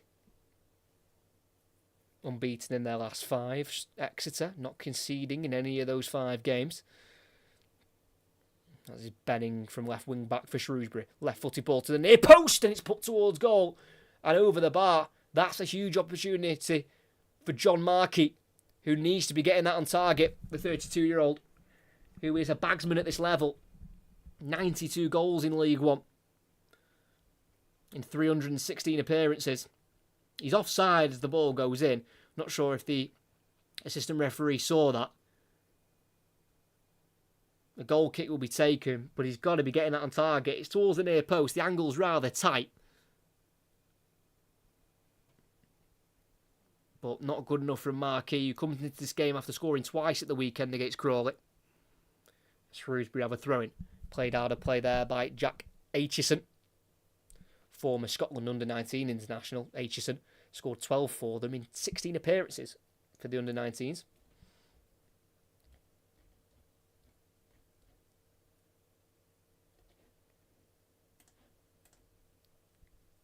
Throw-in taken. Marquis tries to hold it up. Tackled strongly there by Niskanen.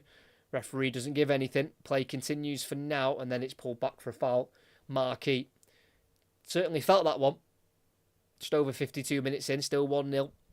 It was Ilmari Niskanen, the one with the strong challenge in. Finland international, Niskanen. Missed the October internationals, but played 45 minutes against England in the September international for this year. Still yet to score for Exeter, joined at the start of last season from Dundee United. That's where he was spotted by the manager, Gary Cordwell. He was the assistant at Hibs for some time. And whilst he was in Scotland, he noticed Ilmari Niskanen on the opposite side and liked him, and he's now brought him into Exeter. And I know he spotted him in Scotland because I literally watched an interview where he said, yeah, I spotted him in Scotland when I was assistant manager. So yeah, that's where he spotted Ilmari Niskanen, who does seem a bit of a engine on that left-hand side, as it's Shrewsbury, who've got some defending to do. Win it back through Morgan. Feeney forward to the halfway line to Marquis, who lays it off to the right wing back here of McMillan. Of Gilead. It's now Rossiter turning away from the press there of Aitchison. It's now Marquis dropping in from a striker position. Playing it out wide right into the final third, but it's over here. Can't quite find Alex Gilead, who scored twice in his career against Exeter. Gilead, the right wing back, both in League Two. The most recent was in the 2019-2020 season.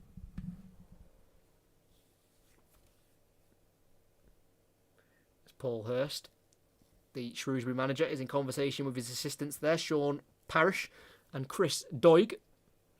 As Exeter go long down the left-hand side, and Ali's going to chase it. And he's going to get there.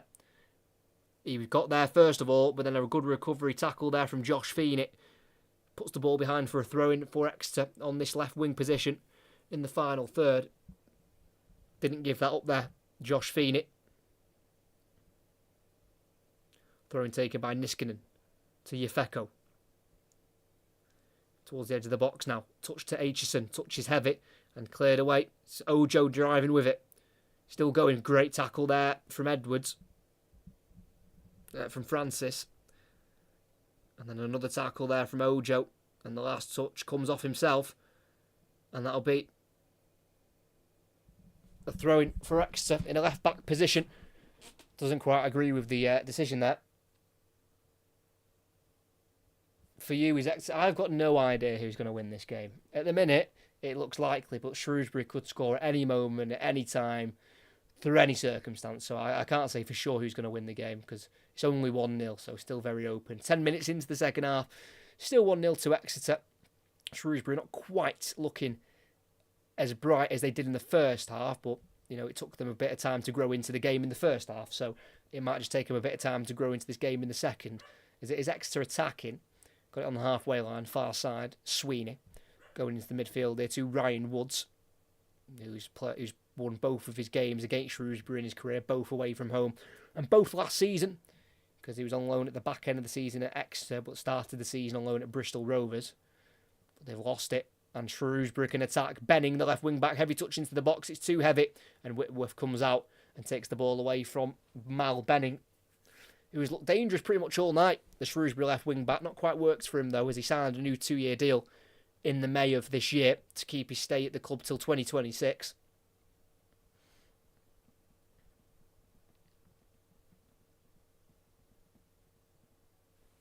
Throw from Whitworth. Dummied by Aitchison to McGuinness, who holds it up and pokes it forward towards Aitchison for the 1-2, but it's overhit. One back by Morgan Feeney. It's now Rossiter into the space. Yefeko chases, and he'll get there ahead of Lloyd. Goes to the goalkeeper, Whitworth, who just lifts it back out to the left to Yefeko. Clears it. Deflects off Rossiter, who controls it ahead of Niskanen. And in the final third, he gets a ball into the 18-yard box, volleyed away by Sweeney. Headed on up towards McGuinness, who chests it down, but then loses out to Nisial, who touches port. And Woods now has it and plays over the top for Ali. Waits it to perfection. Ali's in, left side of the box. Angles tight, but he gets onto his right foot and then chops back onto his left. Then onto his right once more. Tackled. Drops to Niskanen, who squares the ball. Shot towards goal, and it's just steered wide. 12 yards out. Hands on the head there of Jack Aitchison, the substitute, who should have scored his first of the season in the league. Yellow card brandished out here from the referee for one of the Exeter coaching staff. I think it was David Perkins who's been booked there. Not quite sure what he's angry about, because Exeter broke away. Woods with an over-the-top through ball there to Ali, who beat Josh Feeney to it. Chopped onto his left foot, which sat down Feeney, and then tried to go back onto his right foot where Josh Feeney could recover. But then the loose ball dropped to Niskanen on the left wing, who pulled it across the box there to Aitchison all alone, and he's got to score. About 12 yards out, centre of the box, pretty much on the penalty spot. Steers it wide, that far right corner. Should have scored, didn't score, and it's still Shrewsbury 0, Exeter 1. But that is a huge chance for the away side, as they've got a bit more of a target man up there now in this second half, with Josh McGuinness, who's really using his body well to hold this ball up for Exeter at times. McMillan has passed it across his box there, almost intercepted by Castledine. It's now on the edge of the area here with their central centre-back, Tristan Kramer. Never played for Brentford's first team since joining in 2020, but has appeared on the bench 5 times for Thomas Frank. Into the Shrewsbury half on the far side here. Ali just losing the ball there, running out of room. And it was David Perkins who got the yellow card for Exeter. Again, not quite sure what he'll be so worked up about to get himself a yellow card, but he was showing a booking. And it's Shrewsbury break with the ball. Morgan Feeney, the centre half, about 25 yards out in the central area, not being closed down. He'll go with the left-footed shot, and that's why he wasn't closed down, because that is very high, very wide, and was never going to trouble Joe Whitworth there. And it's an Exeter goal kick.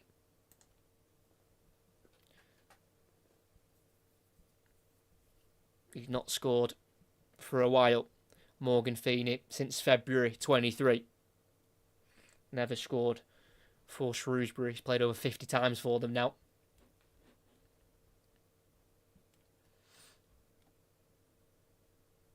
Shrewsbury have it back. McGuinness not winning the free kick after a long ball from Exeter, and he was bundled to the ground, but the referees allow play to carry on. Gilead tackled by Aitchison, and the last touch comes off the Exeter man, thrown on the halfway line for Shrewsbury, thrown back into their own half by Gilead to Morgan Feeney. Now into the middle here to Ojo, back out wide to Gilead. Now Morgan Feeney again to the halfway line to Ojo. Forward to Castledine, back out wide to Gilead. It's now back to Morgan Feeney. It's now Nisiala on the ball to the goalkeeper Savin. Good pressing here by McGuinness. Pass forward to Rossiter. Then to the right side of the 18-yard box to Nisiala. Well kept in fairness by Shrewsbury, but they have been forced back by the press of Exeter deep into their own half.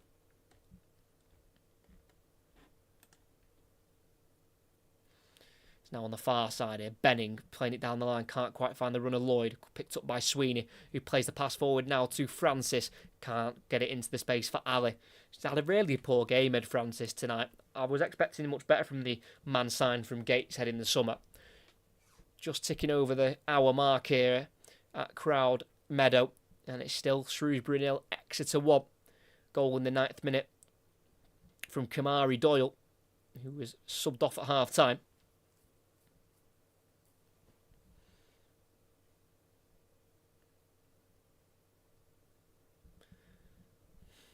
As it's Josh Feeney just in front of his 18-yard box, goes into it to play it to his goalkeeper, Toby Savin, who signed a 2-year deal here after signing on a free in the summer from Accrington Stanley. Josh Feeney again. Played down the left-hand side. Castledine returns a ball here to Markey and then switches out to the right to Gilead, who could take it under control. Space opening up here for Shrewsbury on the right flank. Gilead from the edge of the box. He's going to let fly and slices across the ball and it swings wide of the right post. And it'll be a goal kick for Exeter. Needs to be a lot better than that. Alex Gilead, who's yet to score again for Shrewsbury since his return to the club in the summer. Scored twice last season in League 2 for Bradford, scoring at home to Grimsby and away to MK Dons.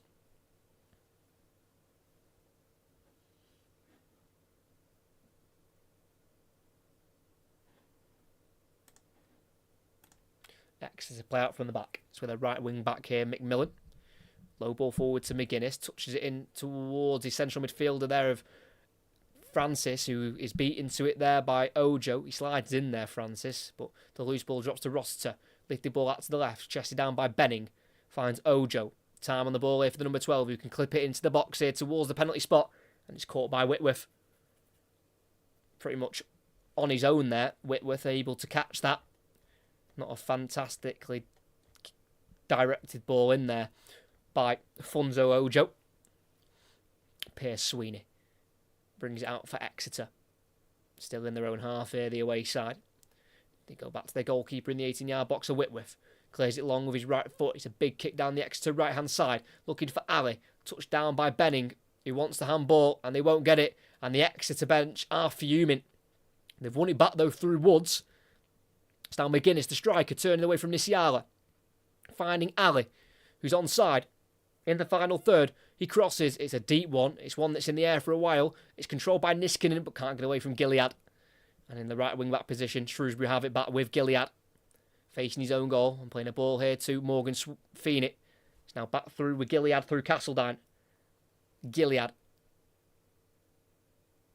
goes into Rossiter.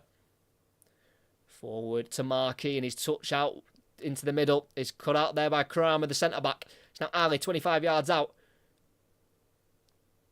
Gets away from Rossiter and Ojo and works it to Niskanen. Brilliant wing play. Back out wide right through Niskanen to find McMillan. It's now the centre-back Kramer. Goes back here into Sweeney. Back forward to Kramer again. Slips it through down the right side of the box to Aitchison, who's onside. He squares the ball and it's McGuinness to finish from a yard out. After a first half, which was a positive one for Shrewsbury, despite being behind, they've not quite been able to get back to that level in this second half. Exeter have got themselves back in the game, having more of the ball. And their half-time substitute of Josh McGuinness gets his first goal of the season. Finished the season with 2 in his last 2. Couldn't quite get off the mark yet this season until now, where the ball across the box from the other substitute at half-time, Jack Aitchison, finds McGuinness, who could tap in from literally a yard out. The ball across the box went beyond Morgan Feeney, who was the closest to cutting it out, and just towards the far post. It was a chance that he literally could not miss there. Josh McGuinness, and he doubles Exeter's lead. Shrewsbury were asking for an offside there, but to me, again, not the greatest of angles, but it looks like to me that McGuinness was behind the ball as it was squared across to him. Didn't look like he was in front of it to me. So the assistant referee's flag stays down, goal given. And it's Shrewsbury now who've got a big mountain to climb here. It's Shrewsbury 0, Exeter 2. 25 to play.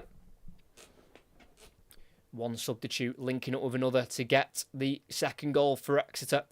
Really good management from Gary Caldwell to make a double change at half-time, despite his team leading the game 1-0.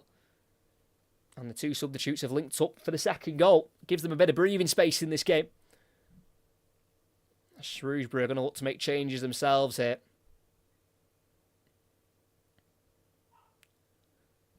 It's an Exeter throw-in on the far side, just inside their own half, as their fans are in full voice. As mentioned before, it's a 7-hour round trip on the coach for those Exeter supporters who've got a lot to sing about so far. As another cross goes into the box, it's just behind Niskanen, and Gilead will chase it, but he'll be beaten to it here by Ed Francis, who plays back towards the halfway line here to Yefeko. It's now Woods, loads of time in the ball here, just in front of the halfway line for Exeter. Francis goes back into his own half here to Yefeko. It's now with Kramer. Loads of time on the ball here again, not being pressed. Pearce Sweeney. Playing it into the middle here to McGuinness, the goal scorer for the second. Playing it back into his own half here. It's now with Woods. Finding Kramer, the central centre-back of the back three. Gets the ball returned to him by Woods. And he'll bring the ball forward here, the French centre-half. And playing it out to the left. It seems like they've grown in confidence now since that second goal, Exeter. It does seem like the morale of the Shrewsbury side has just slightly dropped. Woods on the right side, lifting it high down the Exeter right flank. He'll be given chase to here. But can it be seen out by Feeney? No, it couldn't. But he's been pulled back by Aitchison. And that'll be a free kick for Shrewsbury. Apparently it's a shirt pull by Jack Aitchison, which wins Shrewsbury the free kick. So Shrewsbury are going to make a change here.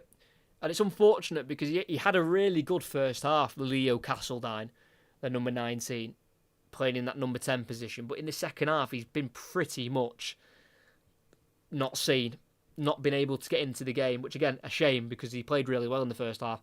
And he's going to be replaced by number 29, another 20-year-old. Castledine's 19, sorry. And Tommy O'Reilly comes on, 20 years of age, on loan from Aston Villa. He's made just one appearance in his previous 6.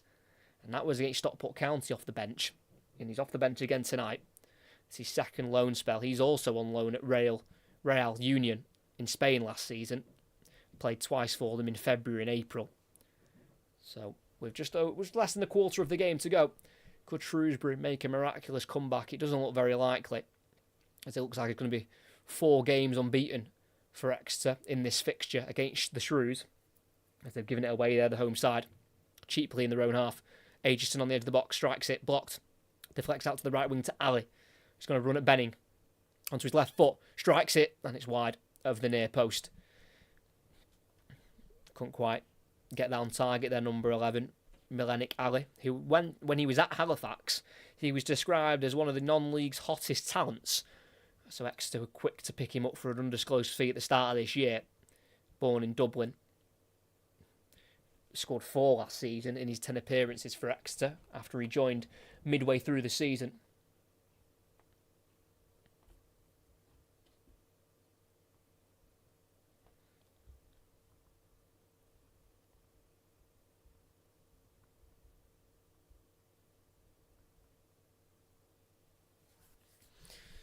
So just over 20 minutes left to play.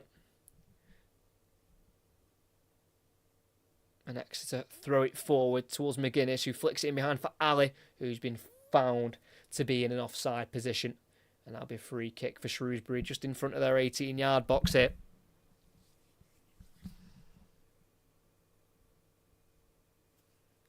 And for Shrewsbury, the last time they won in this fixture, they won 2 games in a row. A little bit spread out due to the fact that these two teams were in different divisions, but the last time they won was in September 2022, and before that was in April 2015. So, again, not loads of success in this fixture in the last few years. O'Reilly, the substitute for Shrewsbury, midway inside the Exeter half. Feels like Shrewsbury haven't attacked barely in this second half. Gilead, back towards the halfway line here to Morgan Feeney. Forward, into a central area, played back by Rossiter to Ojo. Now Josh Feeney Again goes forward, but it's cut out there. Try to find O'Reilly, and it's Sweeney who brings it forward. Lifts it down the right-hand side here. Ali will chase it, and he will get there ahead of Josh Feeney. And the flag stays down. Ali goes back, and now it's on the halfway line. Sweeney going into the central centre-back here to Kramer.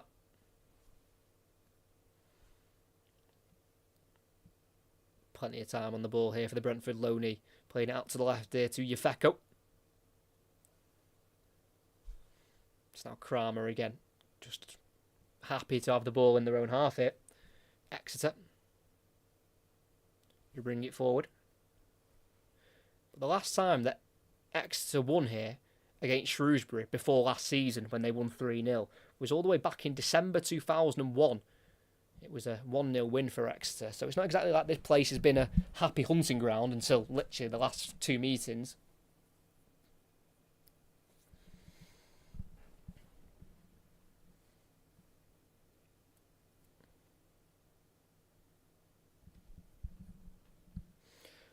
Exeter just looking for a penalty there. Aitchison. Little kick there by Josh Feeney. Not a lot in it for me. And it's Shrewsbury on the ball with their middle centre-back of Toto Nisiala. Kills it out to the right side to Morgan Feeney. Into a more central area here to Rossiter. Still in the Shrewsbury half. Knocks it to his left 10 yards to find Ojo. Then to the left once more here to Josh Feeney. Back into the middle to Ojo. Finds Josh Feeney again. Just look completely out of ideas here. Shrewsbury about to break through this Exeter press. O'Reilly picks it up in the centre circle, getting there ahead of Woods, and then lifting it out to the right-hand side, headed away by Niskanen. Avoiding the ball to Gilead, but then he wins it back there, O'Reilly. And then he's fouled through the back of him from Woods, and that'll be a free kick here for Shrewsbury. Definitely felt that there. Tommy O'Reilly, just brought on as a sub, making just his 14th professional appearance of his career. Just dragged him to the ground there. Ryan Woods, rather cynically. So it's going to be a chance for Shrewsbury to just launch this into the box, just from in front of the halfway line.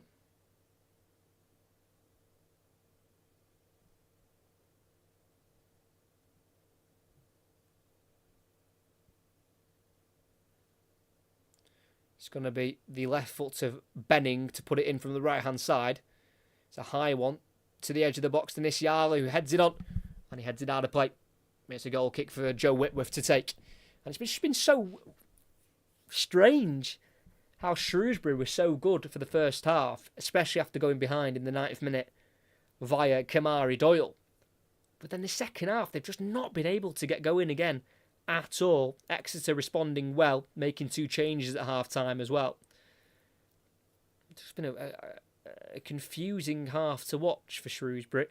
And Aitchison in behind for Ali, who will keep that in and will get there ahead of Josh Feeney, who seems to be struggling in this game for speed, but he's able to recover himself, shove Ali off the ball, and a goal kick given to Shrewsbury.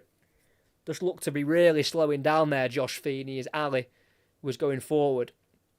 But was able just to find a bit more speed and pace to get back and knock Ali off the ball.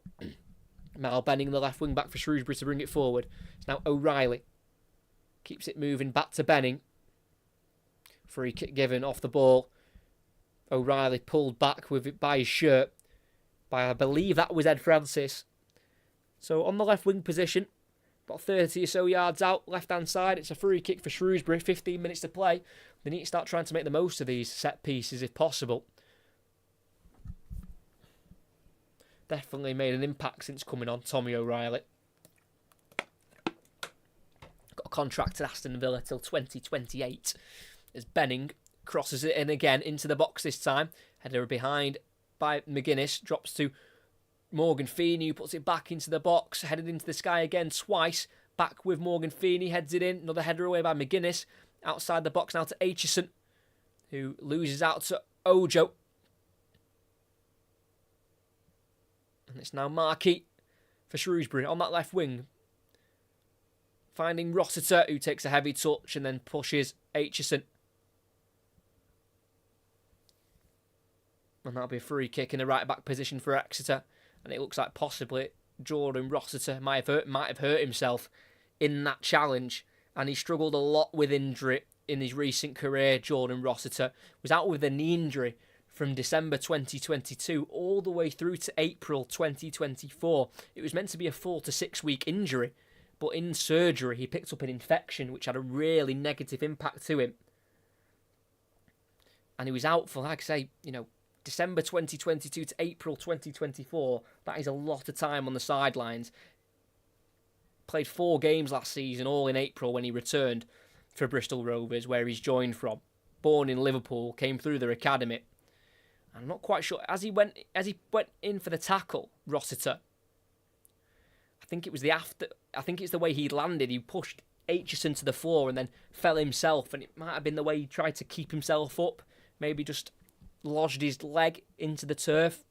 Not quite sure, but possibly the end of his game for today. Jordan Rossiter, who actually spent a bit of pre-season on trial with Stockport County, the champions of League Two, but nothing materialised there, and he joined Shrewsbury instead. Hopefully it's nothing serious. He might be able to come back on, might be able to run it off, as McGuinness fouled there by Josh Feeney. Free kick for Exeter. About midway inside the Shrewsbury half. Really made an impact since coming on. Josh McGuinness, not just because of his goal that he scored, but just his general hold-up play. It's now 49 goals for him in League One. One more and he's hit the half-century mark.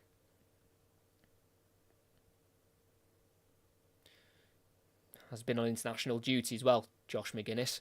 Called up for the September and October international break for Northern Ireland. He's played 80 times for Northern Ireland, scored 11 times for them. As I don't think Shrewsbury are going to take any chances. I'm not too sure. No, Rossiter still on. Moving a little bit gingerly there, new number 4. As we've got 11 minutes left to play here. 11? Am I okay? 12 minutes left to play here. I know I'm not the greatest at maths, but wow. I'm going to put that to being tired. 12 minutes to go. And it is still Shrewsbury 0, Exeter 2. On this Thursday night, this will be Exeter's 20th win in the fixture. They have previously played 55 times. Shrewsbury have won 21, 15 draws, and then it looks like we're going to get a 20th Exeter win. So pretty even head-to-head, to be fair. But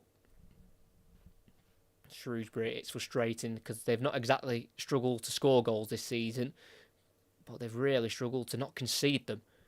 They've actually scored one more than Exeter this season. Exeter have scored 12 now this season in the league, and Shrewsbury have scored 13. Sweeney there goes in the book for Exeter, just tripping Mal Benning rather cynically there. Pierce Sweeney, who has started all 10 League One games so far this season for Exeter, the Irishman. Shrewsbury trying to attack here with O'Reilly. Drops to him off Yefeko. O'Reilly plays it to the edge of the box there towards Marquis.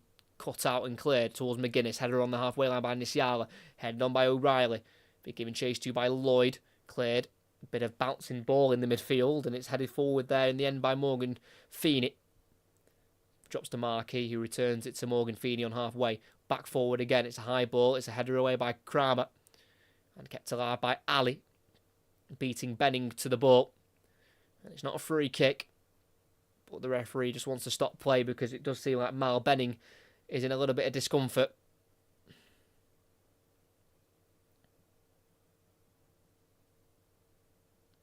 Probably been one of the better performers tonight so far, Mal Benning for Shrewsbury. Again, a bit like the entire Shrewsbury team, they've gone a little bit quiet and stale in the second half. But in the first half, he's been a threat, and he has tried in the second half as well. And it looks like Shrewsbury are going to make a triple change shortly to try and change their fortunes in this game.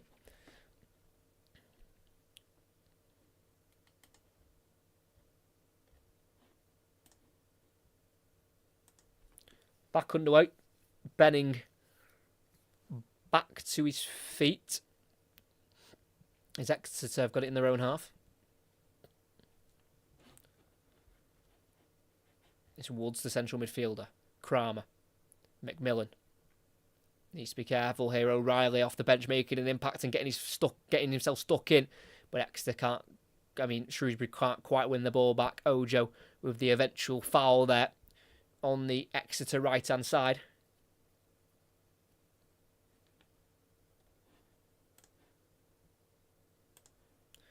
So it looks like they're going to make this triple change now, I believe. We're going to get an Exeter one as well. Milenic Ali, the winger, is going to be replaced by number 31, Jay Bird, making just his second appearance of the season. The striker, his first appearance came off the bench against Cambridge in the last game. Sorry, no, his only appearance came off the bench against Swindon in the EFL Trophy. His only other appearance on the bench came in the last game against Cambridge. He was brought in the summer. Jay Bird and Shrewsbury are going to make their changes here. So Rossiter, who struggled with injury the last 5 minutes, will be replaced by Taylor Perry. The next change will see Mal Benning, the wing-back, come off for George Nurse. So 2 like-for-like changes here so far.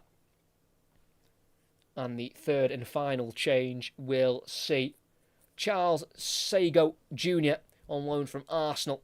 And he will replace the centre-back of Josh Feeney. So it looks like they're going to go to a back 4 Shrewsbury and really try and attack this game as McGuinness heads it into the box. Last touch comes off the Shrewsbury man of Gilead, and that'll be a corner kick for Exeter on the far side.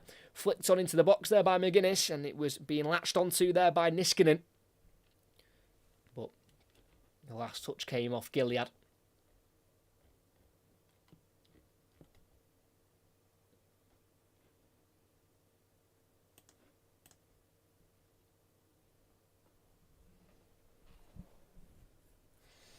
As Ed Francis will take this corner kick for Exeter on the far side. It's going to be a left-footed in-swinger from the former Manchester City Academy prospect. Bit of a delay here to the taking. The referee just wants a word here with Gilead and Yefeko.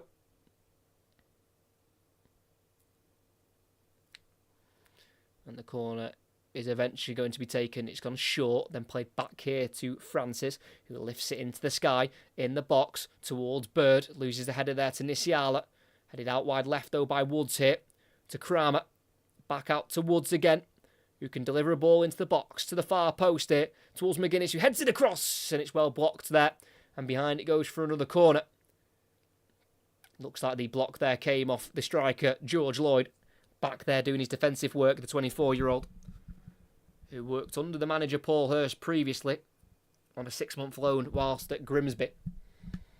Paul Hurst's former side. So it's the same side, same take here. Ed Francis to take.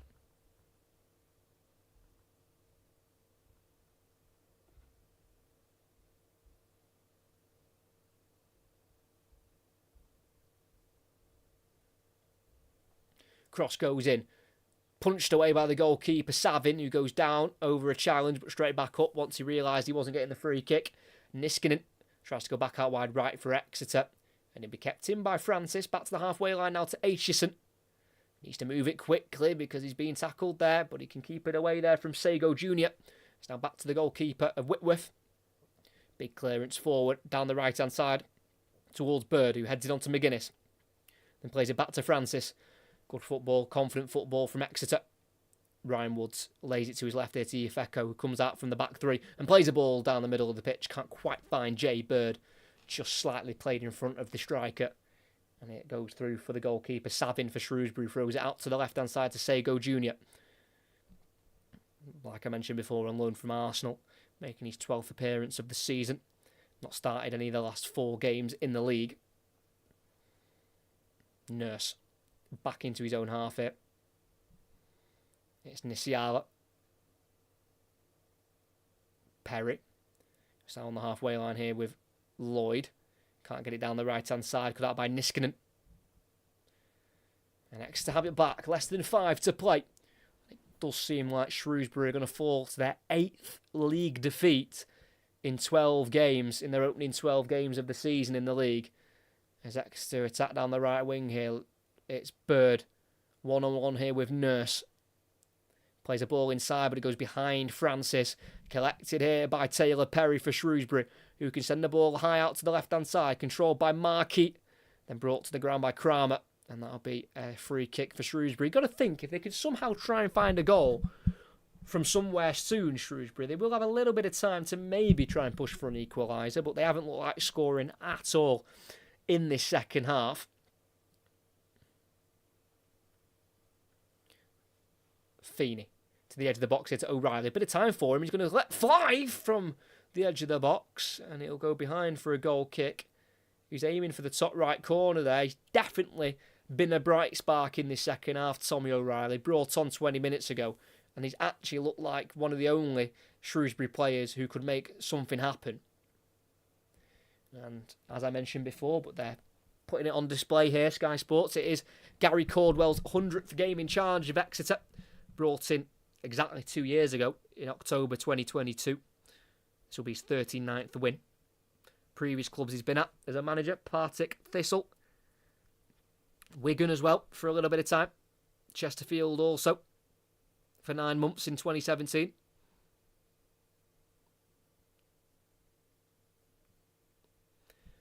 Three minutes to go, and the Shrewsbury seats continue to empty here at Crowd Meadow.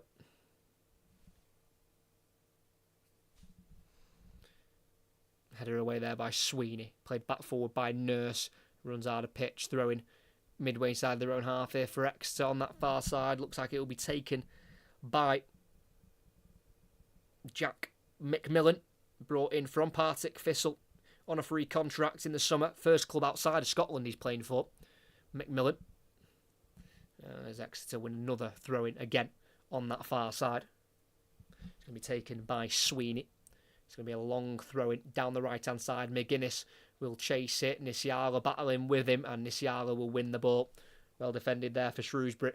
They've now got it on the edge of the box here with Morgan. Feeney down the middle here to O'Reilly. Well controlled. Finds Ojo. Keeps it away from Bird. Out to the left to Sago Jr. Running away here from McMillan. Sago Jr. Ball forward. Can't quite find Lloyd. Sweeney dispossessed though. No, fouled firstly by George Lloyd. And that'll be a free kick for Exeter. Less than 2 of the 90 to play.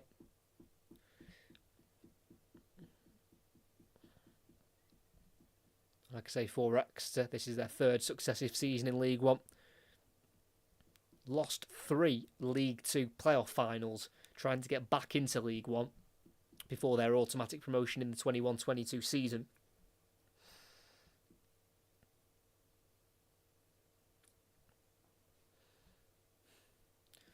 For Shrewsbury, they finished, of course, 19th last season, 12th the season before that, then 18th, 17th, 16th, 18th. It's just been a little bit stagnant from Shrewsbury, really, since 2018. And you feel like this season, again, isn't going to be a season where they kind of break that lower table finish. They could even maybe be relegated this season. They don't look great when they're not on it. Like I say, first half, they were, I won't say brilliant, that's been strong because, you know, they were losing. But you could definitely see signs of what this team can do when they're all gelling and they're all playing with confidence. But this second half, that confidence just went away, and I'm not quite sure why. I think it's just the break. I think just the 15-minute break for half-time took away momentum, and they couldn't quite get it back. And I think they've been well beaten in the second half by Exeter. 30 seconds left of the 90. Big kick forward by Savin, the goalkeeper. Cleared by Kramer for Exeter. Played back forward by Perry over the head of Sago Jr. And it will be seen out for a throw in there by McMillan. Wonder how much time will get added on here. Can't imagine it being a crazy amount. Can't really think of any real stoppages we've had. Maybe 3 or 4 minutes as the man of the match has been given to Joe Whitworth, the goalkeeper. And I can agree with that. Like I say, second half, he's not been as busy. But first half, he was certainly busy. Saved 3 or 4 real goal-scoring opportunities, the Exeter goalkeeper.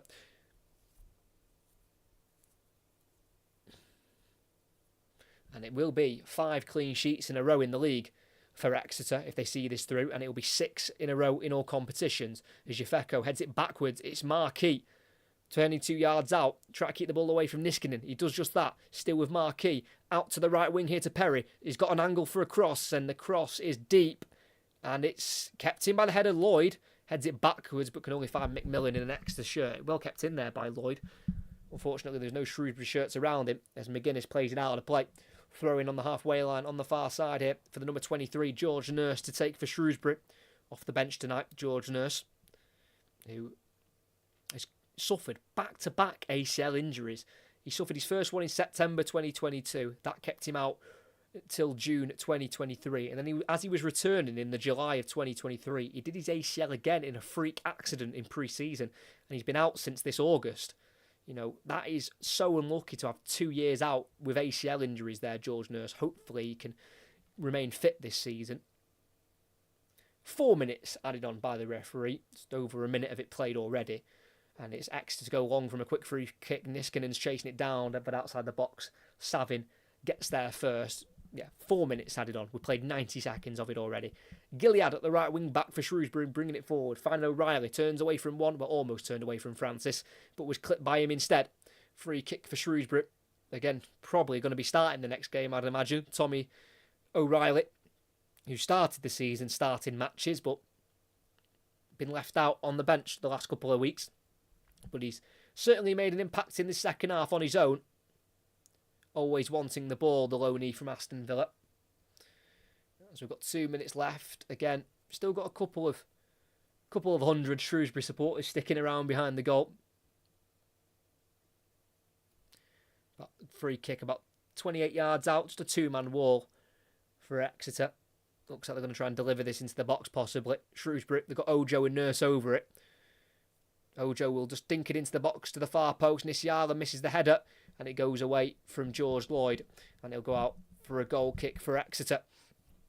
6 clean sheets in a row in all competitions. What a little run that Exeter are on at the moment in terms of defending and not conceding goals. This will lift them up to 4th. But of course, they are the first team to play this weekend in the League One season. So, you know, they could go back down a few places. I think the lowest they could go is 9th.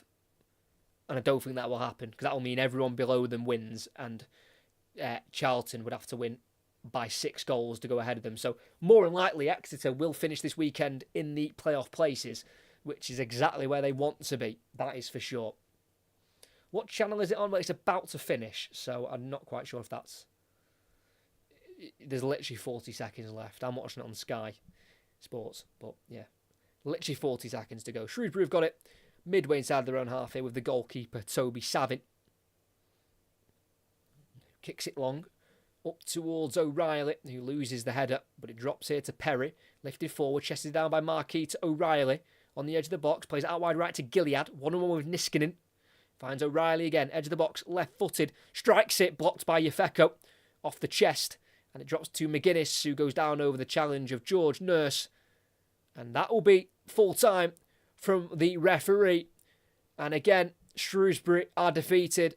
And once again, Exeter win another football match. They are on fire at the moment under Gary Caldwell.